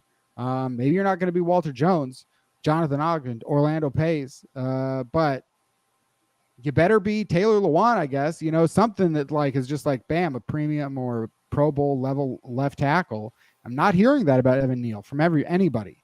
Ike Ekwonu, hearing a lot of guard talk about Ike Ekwonu too, which is maybe he becomes maybe he is a great left tackle in the NFL. Why isn't he a great left tackle prospect? Charles Cross is supposed to be only a left tackle. So then you'd say, look, maybe it's Charles Cross. But Charles Cross doesn't do any run blocking. He's never done any run blocking, not even one play. I'm just kidding. He did 200 of them. But still, it's not very many. It was the least amount in college football.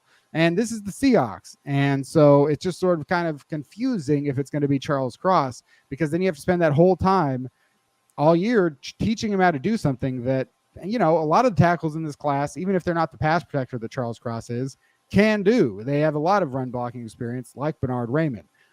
So that's why Bernard Raymond's always been my thought for the Seahawks.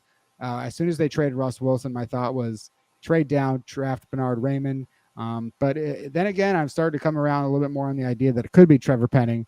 But in the top 10, it just has to really come down to whether or not Trevor Penning has this, very probable ability to become a really good left tackle in the NFL.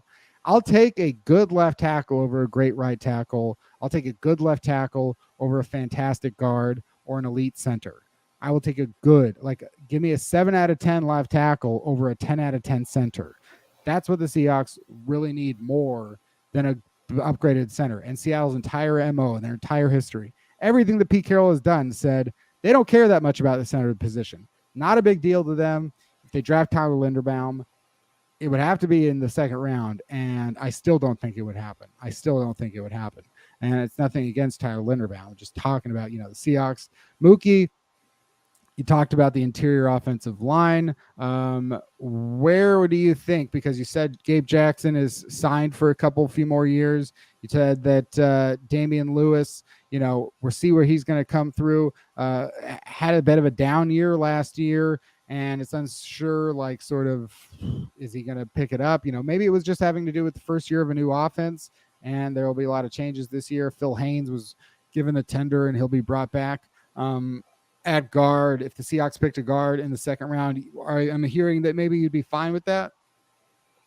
Yeah, with the way that the Seahawks offensive line is constructed, I mean, one of the things that should be noted is you're not drafting an offensive line. This is an obvious statement, but you're not drafting an offensive line for Russell Wilson.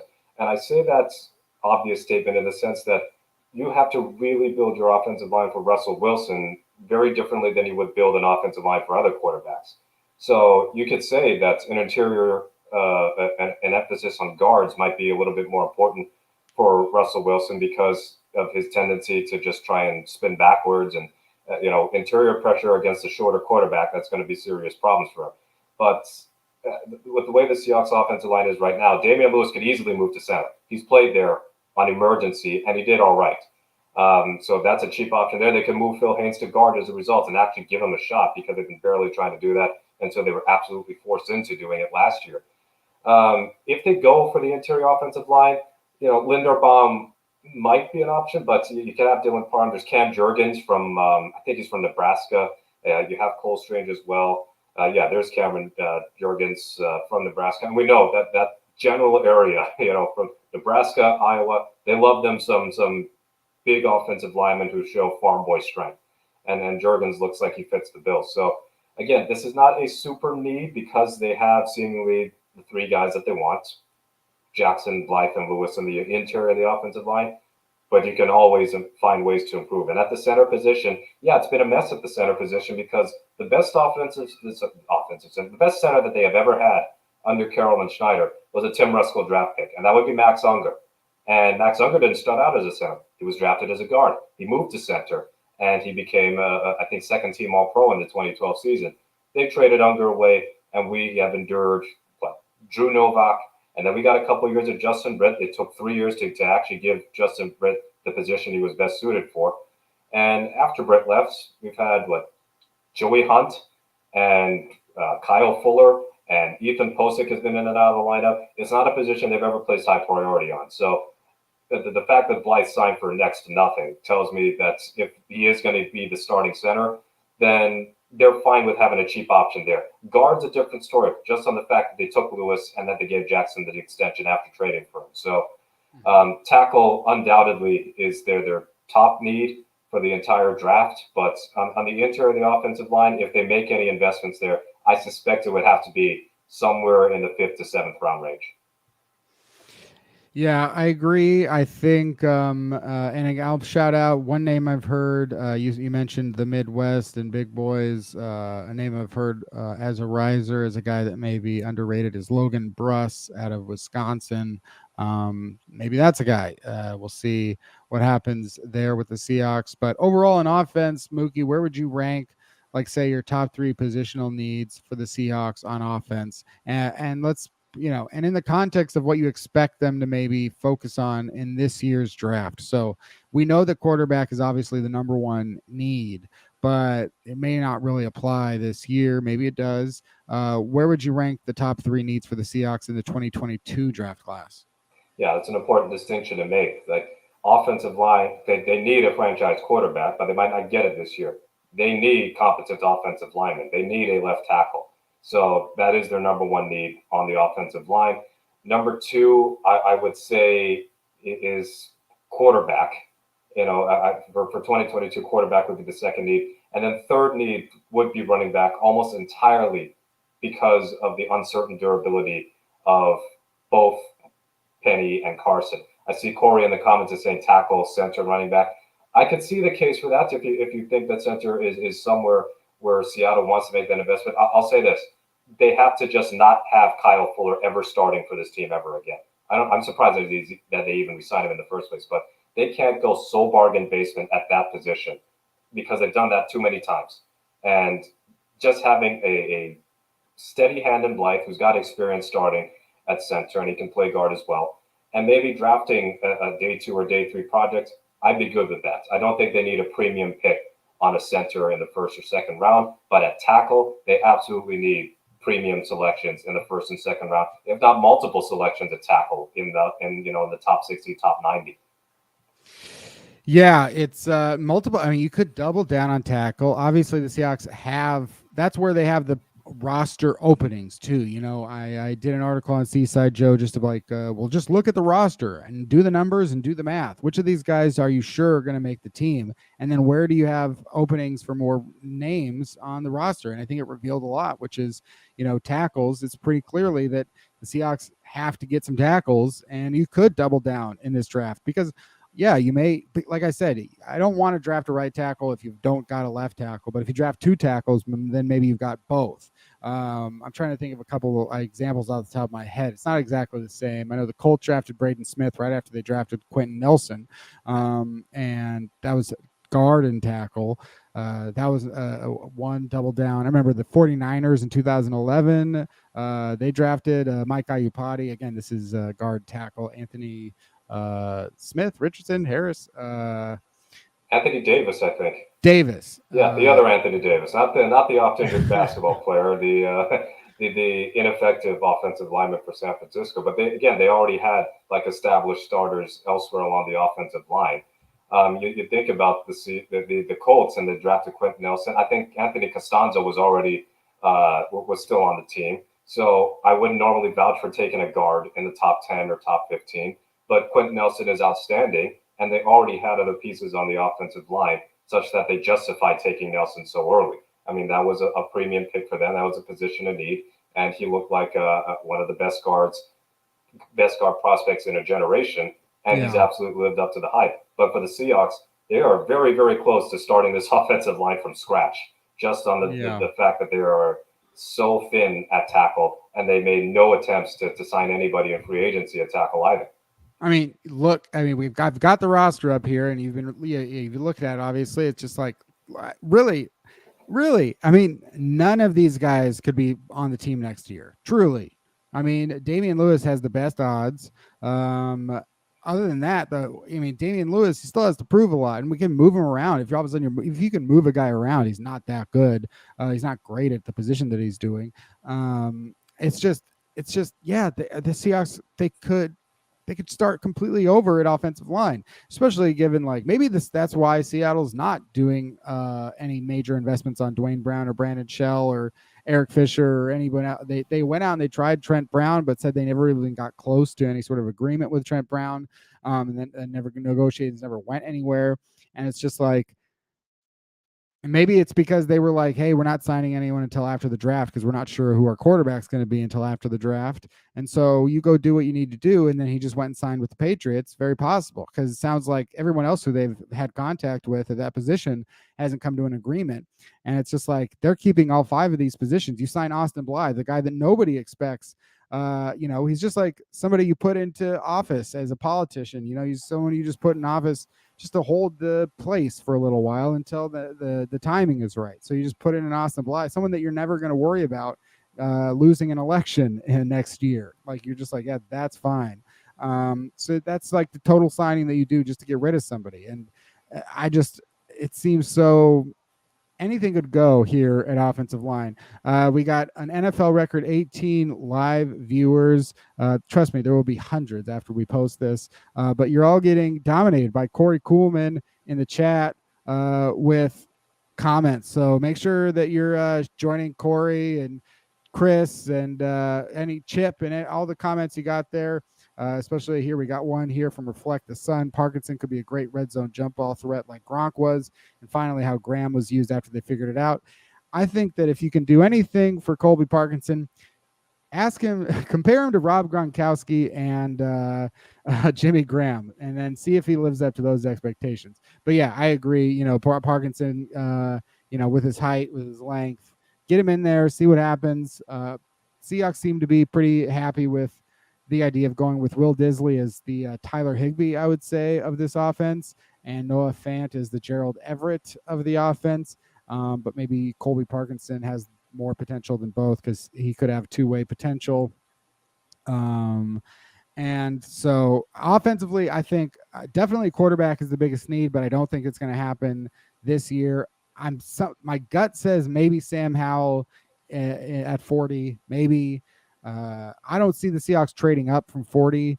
I've seen some people talk about the Seahawks trading up from 40 to the end of the back of the first round. I think that what that is people start making mock drafts And then when they get to the end of the mock draft and they look at their quarterback and they start to get antsy about not, and they like start getting like these butterflies that they haven't made enough trades. And it's like, well, I don't see anyone really in love. I'm in love here with the Titans or with the Bucks. So I'm just going to kind of the Bengals. I'm going to look for a trade partner at the, who needs a quarterback? Oh, I'm going to look in the second round. Oh, hey, look, the Seahawks need a quarterback. Oh, hey, look, I'm going to trade them up. It's not anything that Pete Carroll has ever done. Never, ever, ever trade into the back of the first round. Never even, and I don't care about position, this, that, shows zero anxiety about getting a guy in the range that we're talking about here. In fact, the opposite of anxiety. If he's in the back half of the first round, he's trading down.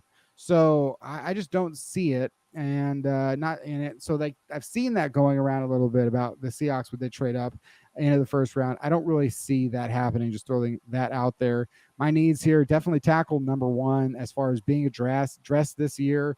Probably addressed with the first pick, unless they go edge. I think those are the two. Unless Sauce Gardner is there at 9, and I think that's a guy that Seattle could legitimately be prepping us to be prepared to draft. Even though it goes against what we've seen in Pete Carroll's history in cornerback. I think we've never really seen this opportunity, just as we didn't really see those opportunities other than Earl Thomas to take a safety in the top 20 picks. You know, it's just something where it's like if the right guy comes along, maybe that guy is Derek Stingley. I don't really get it based on the lack of play in the last 2 years, the foot injury history, the fact that he's got 30-inch arms. It's just I don't see the same matchup there as far as Sauce Gardner and Derek Stingley. Although at the same time, maybe he's Tre'Davious White, maybe he's this great shutdown corner. Maybe all the skills are there to be a number one shutdown cornerback. But offensively, I just see tackle, and then I think the Seahawks can just sort of play with best player available, whether that's a center, a guard, a receiver, a running back. Just kind of depends how the board falls in this class. I think receiver you can get later on. I think running back definitely takes a little bit more of a priority potentially in this draft. And yeah, that's what I would say. Probably tackle and running back as the top two. Mookie, let's move on to the defense. As I said, edge is what I think is the other place on the roster where the numbers don't seem to match up so much. Like you gotta have more players here playing this edge position. Specifically, let's talk about outside linebacker because that's really what I'm talking about. Darrell Taylor, Uchenna Nwosu, Alton Robinson. You've got Taylor having missed half of his career technically with an injury. You got Uchenna Nwosu, signed a 2-year deal. Not a highly sought after edge rusher. Just a guy who's kind of got potential, and we'll see what happens. And Alton Robinson, up and down, inconsistent. There are other guys on the roster, but not really guys that we can expect to maybe even really make the roster. So I see outside linebacker as the specific position that Seattle could address with their first pick, maybe in the second round, if not the first pick in the first round. Where do you see the Seattle Seahawks at right now at the Leo and Sam positions? Yeah, with the pass rush, the way that it's been a liability for 3 years running, such that Carlos Dunlap ended up being such a valuable contributor. Otherwise, who knows if Seattle might not have even won the NFC West without him in 2020. But in 2021, they were near the bottom in pressure rate, near the bottom in sacks. And by the time Dunlap got going, it was too late. They were already out of the playoff hunt. Darrell Taylor showed some signs of promise. Alton Robinson didn't get on the field all that much. And I think there was somewhat of a justified reason for that. He was not very impactful in his second season compared to his first season. Nwosu, I think he's got good potential, but that's it. Good potential. And you have to question how much of his success these last couple of years was also playing opposite a truly dominant pass rusher in Joey Bosa. And is he going to be the same? Is he going to be on the same trajectory without a dominant pass rusher on the other side? So I think that Seattle has to invest in either side of the ball. So we brought up the offensive line, but edge to me is their biggest need on the defensive side of the ball. Like they need somebody who can be a double-digit sack guy a year, like we saw with Frank Clark when they took him in 2015, or even the 1-year signing turned great long-term signing in Cliff Averill. And maybe they're hoping Nwosu can be a younger version of Cliff Averill in that sense. But again, this is decent but not outstanding class for edge rushers. So I would be surprised if they took Thibodeau at pick 9. Hutchinson's probably going to go in the top 5. Trayvon Walker might even go number 1 overall. So if they go with Thibodeau, I know that the comparison has been Clowney 2.0, and that immediately raises red flags for me. Like Clowney 1.0 has injury history, and he might be good at getting around the edge. He is terrible at actually finishing the play. Jermaine Johnson, I'm not too really big on, but you have good options in the second round. You have Arnold Ebikite from Penn State. You have George Karlaftis from Purdue, but it's the way that he plays. Maybe there's a little bit too much LJ Collier to his game. Nick Bonito, also a good edge option from Oklahoma. Drake Jackson from USC. So and Boy Mafe, I think that's how I'm pronouncing his name correctly, from Minnesota. So I would expect in the second round that they would invest in improving the pass rush situation, and especially along the edge. I agree that there's a good depth here. I've seen Arnold Ebiketie. I'm compiling some big boards that are, now all the big boards are like, this is my final big board. And I'm seeing, like, I just saw Arnold Ebiketie number 10 on somebody's big board. So there are those people who say, like, this guy, and I find it so fascinating sometimes how, a guy like Chandler Jones can go in the 20s, or TJ Watt can go 30th. And not only that, TJ Watt was considered maybe the biggest reach of the first round that year, and he went 30th. And it's like, yeah, I mean, who knows? Sometimes it's like, why did he get knocked? Maybe partly got knocked just because people thought, like, oh, you just like him because his last name's Watt. Who knows? All kinds of reasons. Boy Mafe is a guy that the Seahawks have met with. Makes a lot of sense for Seattle. Could be a guy that they even trade down and still pick in the first round because they don't care about, draft grades necessarily, or where other people see a prospect. I do think, for me, I'm more and more every day. I'm on the Kayvon Thibodeau bandwagon. I'm on the train.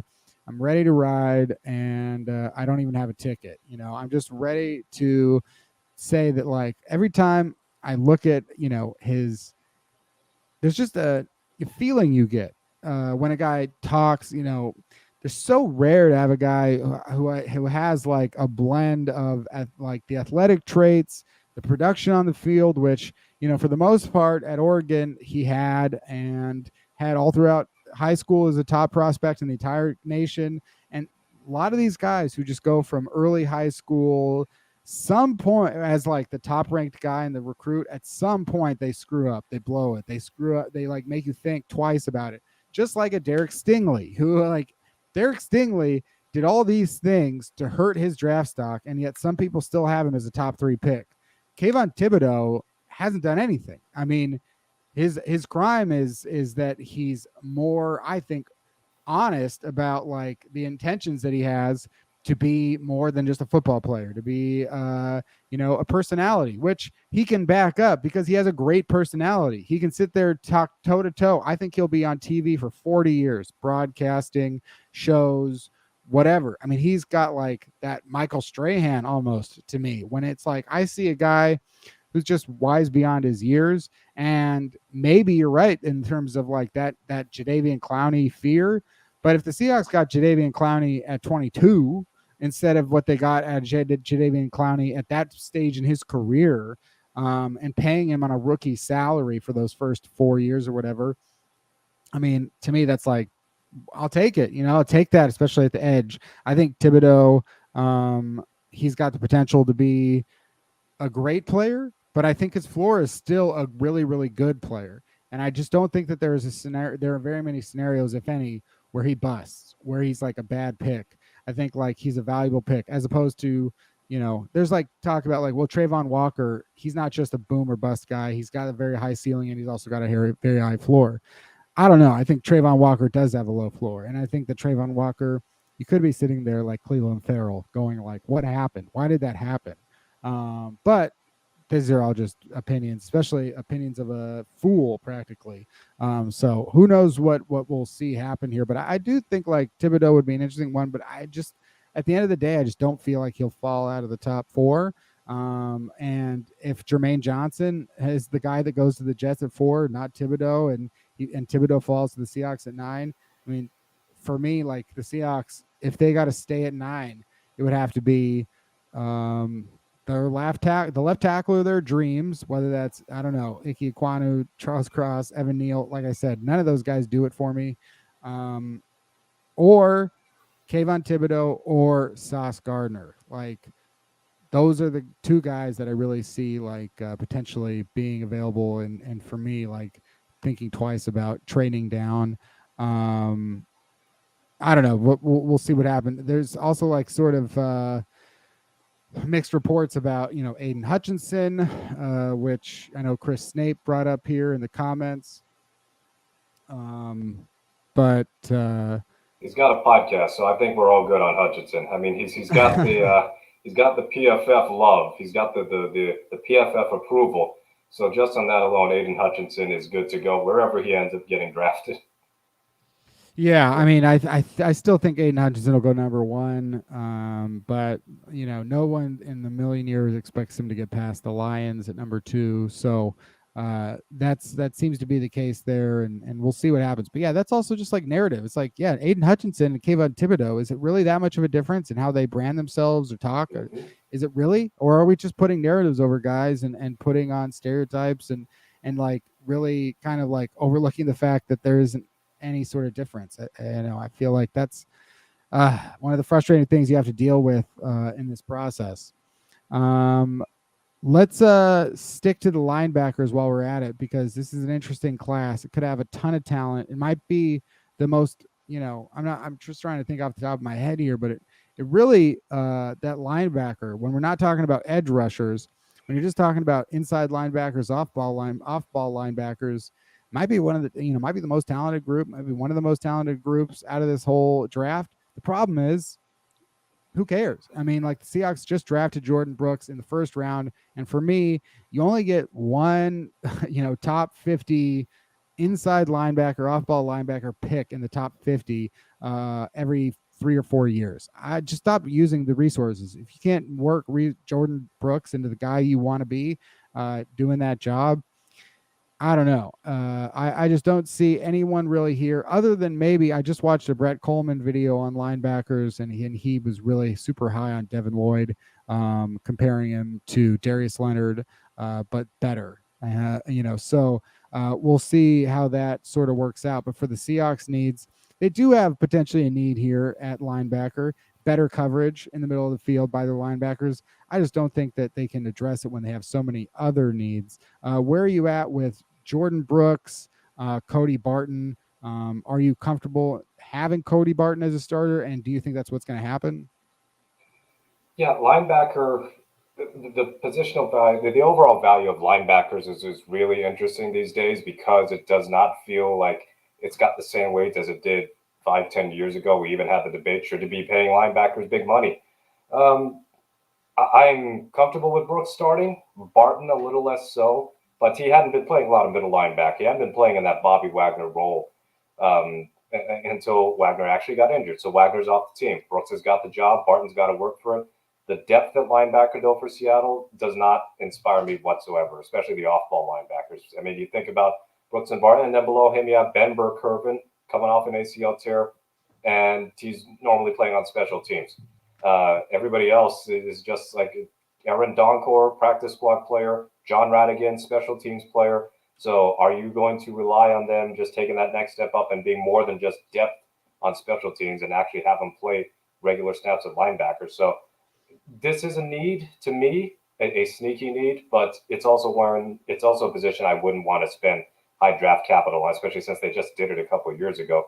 Yeah, there's a live me sighting. I've not been dead the whole time. I'm just I just put the webcam on.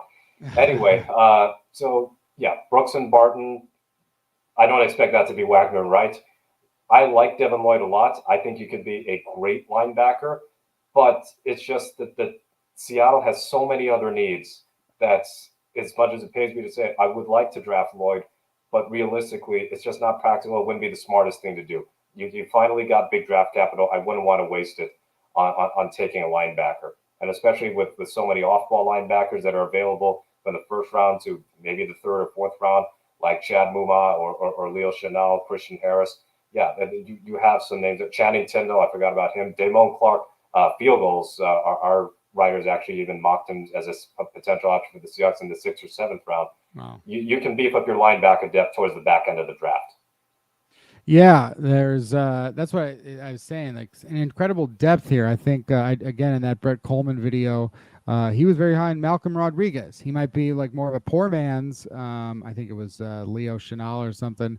But he might be more of a poor man's version of that. But it's the difference between maybe a 3rd round pick and a 6th or a 7th round pick. And it's just like if you can get Brandon Smith, if you can get Damone Clark, who is expected to maybe miss this whole year, but if you can get someone like that, yeah, that's fine. You know, if you get Jack Sanborn, sign him after the draft, pick him in the 7th round, I think that's fine. You know, if you come away with Devin Lloyd, no one's going to be upset. No one's going to sit here going, oh, darn, we have an all-pro or a Pro Bowl linebacker who racks up 100 tackles, 120 tackles, 4 sacks, 2 interceptions, is all over, and you like him and all that kind of stuff.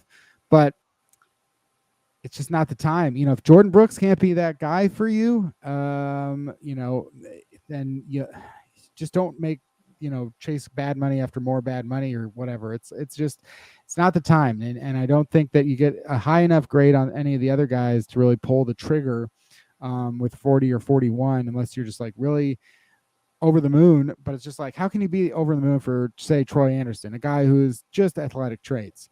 A very, you know, a competent linebacker at a FCS Division III, whatever school, but he just can't project. Well, he could be a Taysom Hill and a linebacker. I'm just looking for a linebacker. Thank you very much. That's fine. You know, it's not that crazy. So I just don't think, like you said, yeah, like I think you got to give your shot here with Cody Barton, Jordan Brooks, John Radigan, Ben Burkervin, Tanner Muse, Joel Wigbenway. Not something I'm going to work on that, especially if he makes the team. But yeah, and I can get the spelling down pretty quick usually. So yeah, I just think that linebacker outside, maybe the number 1 priority. Inside, forget about it. Let's look at the defensive line, starting with defensive end, staying on the edges. You know, I really want to highlight the separation here between like a defensive tackle or a 3 tech or nose, and really that defensive end or that 5 tech position here, where the Seahawks traded for Shelby Harris. They have LJ Collier for 1 more year. That's a position where I think the Seahawks, maybe if all of a sudden it's like if you have a surprise pick here at 40 or 41 or something like that, or 2nd round after they move or whatever it is, maybe it's a high-end defensive lineman, tweenerish. Like what would be perfect would be picking Trayvon Walker at 40. You know, that would be almost where his correct value might be. And also like what the Seahawks kind of need and are looking for. But none of these guys, and I'm sharing my screen here again of NFL mock draft database, Mookie. We know that we've got the defensive tackles, and we'll get to them in a moment, like Jordan Davis, Devontae Wyatt, Travis Jones, Logan Hall. But you might get a Logan Hall. Actually, Logan Hall might be a guy who could be that defensive end. DeMarvin Leal is a guy who might be able to play that. Matthew Butler. You know, it's not going to be that exciting of a player, which is why the competition right there, you know, the starters are Shelby Harris and LJ Collier, but it's also the position where it's like, hey, if you get a steal like a JJ Watt or something like that, you know, you look into it. Where are your thoughts at with Shelby Harris, LJ Collier, and the future of that position? Well, with LJ Collier, I really have no thoughts other than he's on the roster and he's a guy, and he was a bad draft pick. Shelby Harris, I think, is a very underrated player. He was very productive in Denver. I mean, he's also somebody who can even be valuable in special teams with his ability to block kicks. He could replace Rasheem Green in that sense, but he's not young, so that's kind of an issue there as far as his long-term prospects. But they could do with beefing up some parts of the defensive line. The interior, I'm actually pretty fine with. I think that's the one part of Seattle's defense. Actually, there are 2 parts: that and the safety position. But on the defensive line, the interior, they should be pretty good. They have Poona Ford, you have Brian Monet, you have Quentin Jefferson, who just signed. You got Big Al Woods. They should not need to invest further in this position. Even Gerard Hewitt and Miles Adams, Could also be, I mean, Miles Adams can play either end or on the interior. Hewitt is more on the interior. They have that versatility, and Shelby Harris can play on the interior too. So when you have that much depth, if you want to add through the draft, that's more of a luxury pick than anything. This is one of the few spots on the defensive side of the ball where you go, you know what, they're pretty well set here. I agree. I think it's just one of those things. I get a lot of people. I'll put one of the comments up now if I can find it real quick. But I get a lot of people. They're super into Jordan Davis, and it's like that's fine. That's understandable. You know, he's got a lot of things that make people excited about draft picks. You know, either you're excited about a guy because he was very like productive and successful in college at a big school and won the national championship, and he was the leader of that defense. Or you're excited about a guy because he broke combine records and was extremely talented and in terms of physicality and measurements, and you know, it's like we've never seen a specimen like this before. And Jordan Davis is both of those things. He's got both. He's the leader of the national championship. He's the Heisman candidate of a team at defensive tackle like Sue was for Nebraska many years ago. And also he went to the combine and he weighed 340 pounds and he ran a 4.8 or whatever. And it's just like, oh, wow, this guy's amazing. However, is he going to play at 340 pounds? Or like he was at Georgia, is he going to play at 385 pounds? And he just lost 40 pounds because of the combine, because the difference between being the number 8 pick and the number 18 pick is like, I don't know, $10 million. That's what I think is so crazy about the draft and the modern draft is the pay scale for picks, where it's like these guys almost have to do everything in their power to put out lies, or to put out like the truths that they want. Let's just say put out the truths that they want to be out there, because the difference between being number 8 and number 28 is millions and millions of dollars. And the difference between being number 1 and being number 5 is millions of dollars, and millions of dollars separating one pick from the other. And that's all because of the pay scale. So it's like if you're Jordan Davis or you're Derek Stingley, who weighed 188 pounds at his pro day, but is probably going to play more like at 200 or 195 or something. You know, if you're one of these guys, you know, it's just like, okay, but are you playing at that weight? Are you running at that speed on game day? Are you able to do these athletic things when we suit up and you put on all the pads and everything like that? Like, that's what I think is important. Now, Jordan Davis was productive, you know, important on the field. Is he a 3-down player or is he a 2-down player? Does he come off the field on 3rd down? 3rd down is the money down. I don't want guys out. I don't want top 10 picks if you're not playing the money downs. You know, you got to play the money down. So if he's that guy and he's like Vita Vea, then maybe he's the guy. And I'm not saying he's not the guy. Some people like Chris Sims says Devontae Wyatt is just as much of a guy as Jordan Davis, and maybe Devontae Wyatt, as they wrote about the other day, could be a target. But maybe Travis Jones, who's maybe the better pass rusher of the 3 out of there. As long as it's a pass rushing defensive tackle, I don't have any problem with it. But if you're not a pass rushing defensive tackle, it's just not the right pick for Seattle in the 1st round. So that's where I'm at with it. Like you said, there's just so much depth there.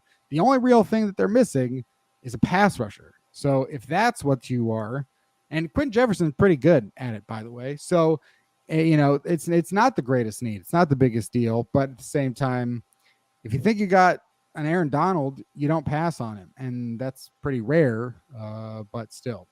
Moving on to the other positions, we're just in the secondary now, I think, and then we're going to get the hell out of here. Cornerback is similar to defensive tackle in my mind, because even though you don't have any superstars, the Seahawks don't seem to have any problems with the numbers. And in fact, the guys who you know as names, they have to cut at least 1 or 2 of them because there's just too many.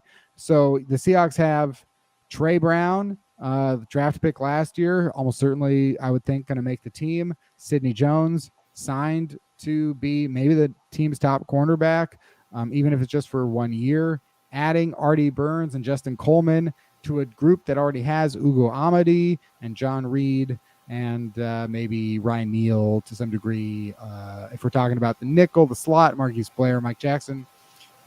Really, the Seahawks need here would be a shutdown outside, number one cornerback. I don't think any defense really needs more than that. I don't think you need two shutdown cornerbacks. Don't think it really matters. You look at the Dolphins with Byron Jones and Xavier Howard. It's like they're not the best. And it's like, what is that really doing for them? How much are you going to pay these guys?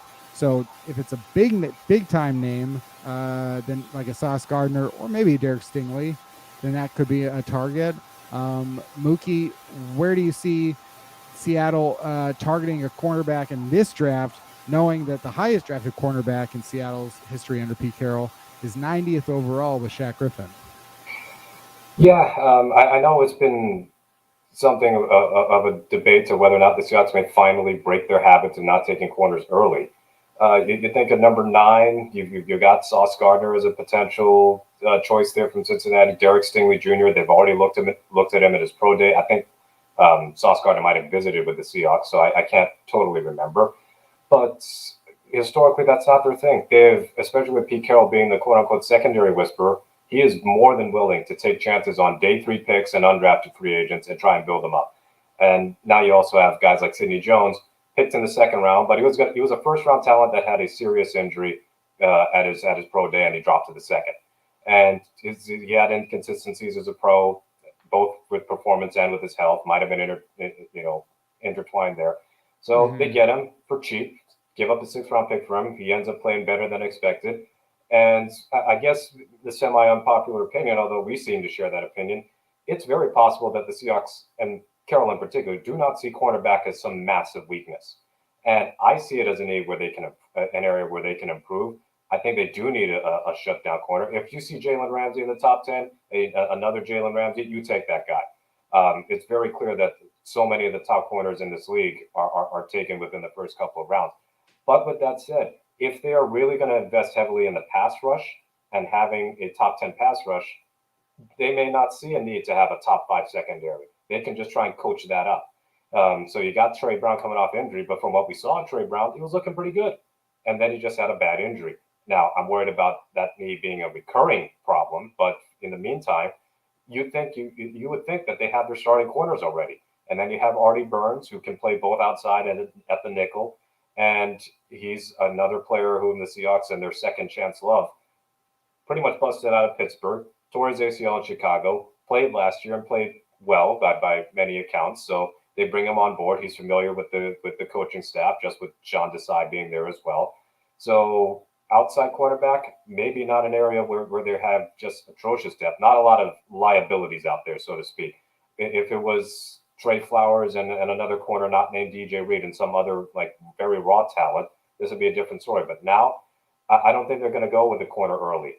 If they do, it would be a big surprise to me because that's just not been their MO.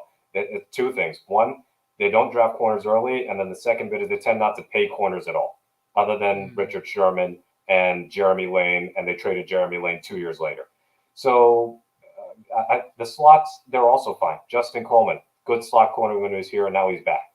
And also good on special teams. Ugo Amadi, same situation. Didn't play well last year, but I still think that he's got some ability to contribute. Marquise Blair is a question mark. He's got injury problems 2 years in a row, and he was drafted as a safety, and I don't know where he fits. Could he be a safety? Could he go be a slot corner? Where are you going to work him? But they still have Burns and his ability to play slot too. They brought in DeMonte KZ for a visit. He can play safety. He is a safety, but he can play slot corner too. So I think they're not going to have an elite cornerback group. Do they have to have one?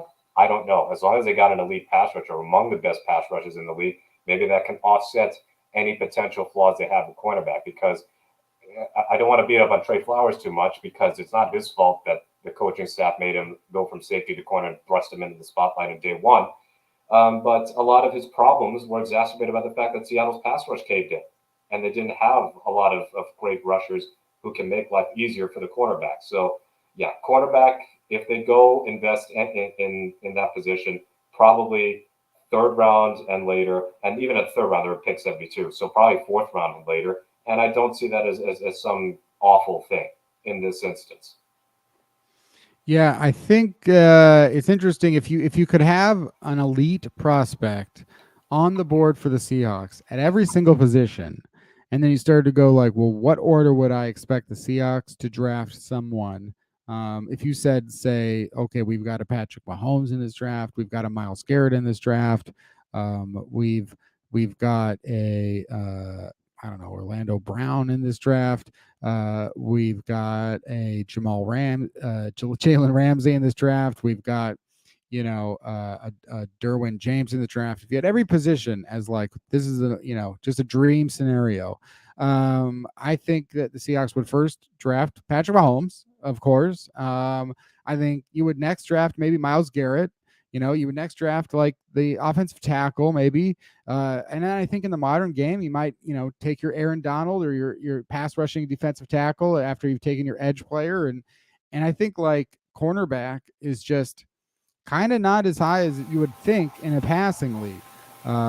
It's sort of not uh, there as much because so much of the game is impacted before the ball ever gets to the cornerback or the wide receiver. Before that ball has to go from the quarterback to the receiver, so many other things could have happened by now, which is why you see such impact happening from pass rushers of interior, exterior, and then having the right guys around them to affect that. And maybe it's like your elite players in the receiver now are so often maybe lining up in the slot or lining up on the other side of the field as they did so often against the Seahawks and Richard Sherman. So even if you have a Richard Sherman, it's like, well, we just won't throw to that guy if you're going to cover our number 2 receiver or whatever. And I'm not saying it's not valuable, but I do think that maybe cornerback is being a little overvalued.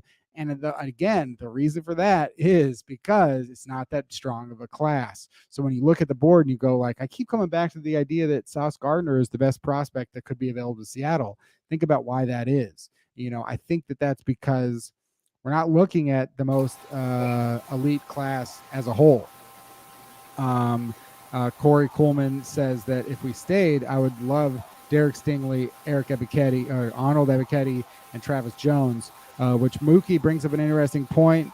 I've thought maybe the best thing to do here is go defense, defense, defense, and wait on offense, and just keep building up that defense. What would you think? I would build up the trenches, so the offensive line and defensive line, because their offense is going to just fall apart in an instant, no matter who's the quarterback, if they don't have a competent offensive line. But yeah, investing in this defense, I think, would be advisable because even with so many people defending the Seahawks' defensive performance towards the end of last season after a terrible start, the advanced metrics still do not hold up as far as saying that this was an above average unit, despite the few points that they allowed. I mean, they were giving up 15, 16 play drives on the regular, and that's even when the offense was barely on the field. So it's not like the defense was tired in the first quarter. Yeah, you can be 11th in points allowed. Okay, that's cool. But how many drives and how many long drives were you giving up? I don't really consider a 13-play drive ending in a field goal as some big win. I consider a 6-play drive ending in no points a much bigger win. And that's where the Seahawks should strive to be. The type of defense that is not going to be on the field forever and can actually get stops on a more consistent basis and not let teams dink and dunk their way into the red zone. So yeah, the trenches is where games are won, as the cliche goes, but it's factual. And I can see the Seahawks absolutely looking at Ebiketie and Travis Jones, less of Stingley. If they take Stingley, then that might show a commitment to, hey, we want another dominant corner. We don't see a dominant corner on the roster. But with the way that the Seahawks tend to operate and the fact that they have been getting beaten in the trenches and a lot of their last couple of seasons are the biggest failures in playoff games, they have to invest on both sides of the ball at the line of scrimmage. Yeah, we're seeing, as you said, the points allowed doesn't quite tell the whole picture. The Seahawks 31st in plays allowed on defense, 30th in time of possession, and then the amount of time that the defense had to spend on the field, the number of snaps the Seahawks had to play on the field on defense. Teams were just content to slowly wear down Seattle's defense. They didn't need the most points in the world because, as you see, the Seahawks dead last in plays per drive. dead last in yards per drive and time and all that good field position and holding on to the football, and the turnovers didn't really do enough for the Seahawks in terms of the talent wasn't there for the defense, and we see that showing itself. Although I do think now we can look at this defense, and as I said, I'm a little more optimistic on it than I was a bit ago. But it's pretty clear that the problems are not necessarily the cornerbacks, definitely not the safeties, not necessarily inside linebackers, and not inside defensive tackles, and not Shelby Harris. The problem is edge players affecting the quarterback, a 17 sack guy, a 15 sack guy, a 10 sack guy. Don't just bring back Carlos Dunlap. That's not the answer. Even though the Seahawks may still bring back Carlos Dunlap, and it wouldn't necessarily be the worst thing in the world. But that's sort of the situation in the nation. Finally, for defense on the safety, Jamal Adams, Quandre Diggs signed for another 3 years. Adams signed for even more than that. Neil Blair, you mentioned some doubts about Blair. How do you feel about the Seahawks drafting a safety? If they do that with number 9, if they take Kyle Hamilton, that is the one guy that if the Seahawks actually take him, Twitter is going to be so angry. Just Seahawks Twitter is going to be so angry that Elon Musk is going to have to make some comments about free speech and shut us all down for our own good. And field goals might be set on fire, because that would be such an incredible waste of draft capital to take a safety when you have so much money tied into that position anyway. That's an area of strength. So whether it's Kyle Hamilton or Louis Cine or pretty much anybody, this is, I'm not too deep on the safeties in this year's draft. They're fine. You got Diggs, you got Adams, and for all of the opinions that people have on Adams one way or another, he's got his money, and he's supposed to be a valuable contributor to this defense. Quandre Diggs, we know, known commodity, one of the best safeties in the league. You got those two. You got Ryan Neal for depth. Marquise Blair could play safety or corner. You could sign DeMonte KZ, depending on how that visit went earlier last week, and you're set. You don't even need to waste a pick on safety. You can go to the UDFA bargain bin and see what you can get there. Otherwise, this is the area for the Seahawks where they're well set. They don't need to make any additional quote unquote improvements here. Yeah, I think a Kyle Hamilton pick for me is wrapped up in insanity, I guess. But at the same time, you're looking at a guy. Don't mean to block out your whole face there, Mookie. But you're talking about a guy who maybe was the best defensive player in college football last season. All due respect to Aiden Hutchinson and Jordan Davis, but this is a very abstract question to try and answer. It doesn't really have an answer. But Kyle Hamilton was fantastic as a college football player, hard to match, and I think the speed is not so much as an issue as the 40-yard time suggests. I don't know that it necessarily will be that high impact difference maker. Troy Polamalu at safety, Ed Reed. I mean, again, like when you're talking about inside linebackers, I'm not talking about Bobby Wagner. If the Seahawks draft Bobby Wagner number 10 or number 9, fine. It's like I'm not talking about a once in a generation talent like a Ed Reed or a Bobby Wagner or a Sue or but honestly, I was about to say like a Quentin Nelson, but how much does Quentin Nelson really impact the game for the Colts? They're not winning any playoff games with the greatest guard of his generation. So I really want to see players who can impact the game in those dramatic ways when we're talking about a top 10 pick. And if you're not going to get that with your first pick, trade the fuck down and get what you can and pick a guy who's probably going to be just as good, if not better, as the guy you thought you might get in the beginning. So that's just my thoughts there. Mookie, special teams. Let's wrap it up all the way in and home. Michael Dixon not going anywhere, but there is debate about Jason Myers. Where do the field goals readers stand right now with Jason Myers? Well, some think that this was just a one-off bad year for Jason Myers and that they should give him another season. I'm on the side of the other half of that opinion, which is he's always been inconsistent. Like, you get 2020 Jason Myers, who didn't miss a field goal. You also get 2021 Jason Myers, who directly cost you a couple of games, just as the Jaguars found out. He was not very good at kicking extra points in Jacksonville, from what I remember. And he's an easy cap casualty. You could say $4 million by just cutting him and drafting, I don't know, Cade York from LSU, or signing any kicker off the street, because Myers has never been a consistently high-level kicker. And Dixon, we know, legend, generational punter. You got Cade York, you got Gabe Burkich.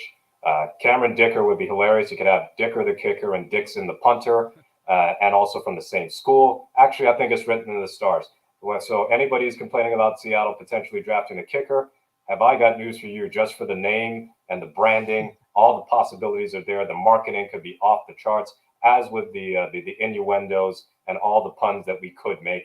Long snapper, who really cares? Tyler Otts, perfect jersey number. And last I checked, not been doing too terribly with his long snapping. And the return game is whatever, because the return game has diminishing value in this league. The only thing I would request is Freddie Swain be taken off punt returns, because he's Freddie fair catch. He can see 10 yards of space and fair catch. It's something where I think that's obviously a position where the returning positions where it's like if you can when you grab a guy in the 4th round, when you grab a guy in the 5th round, is it because he has that return ability? Is it going to be for that sort of like, well, he may not be the best cornerback, but he can return and he has potential cornerback, and at least he'll be a special teams guy.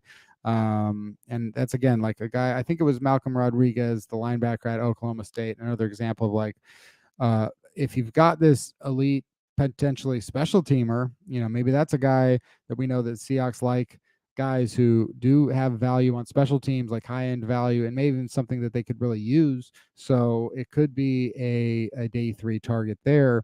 In addition to, of course, not having Freddie Swain back there at all either. Defensively, I think the needs are right there.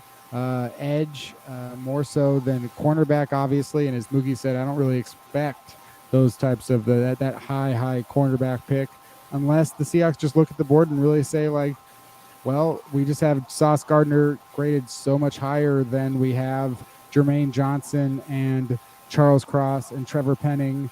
So what else are we left to do? Maybe that's the way that it goes. Mookie, what would you say your top 3 needs on defense are? Edge rusher. Yeah, really both edge and the sandbacker spot.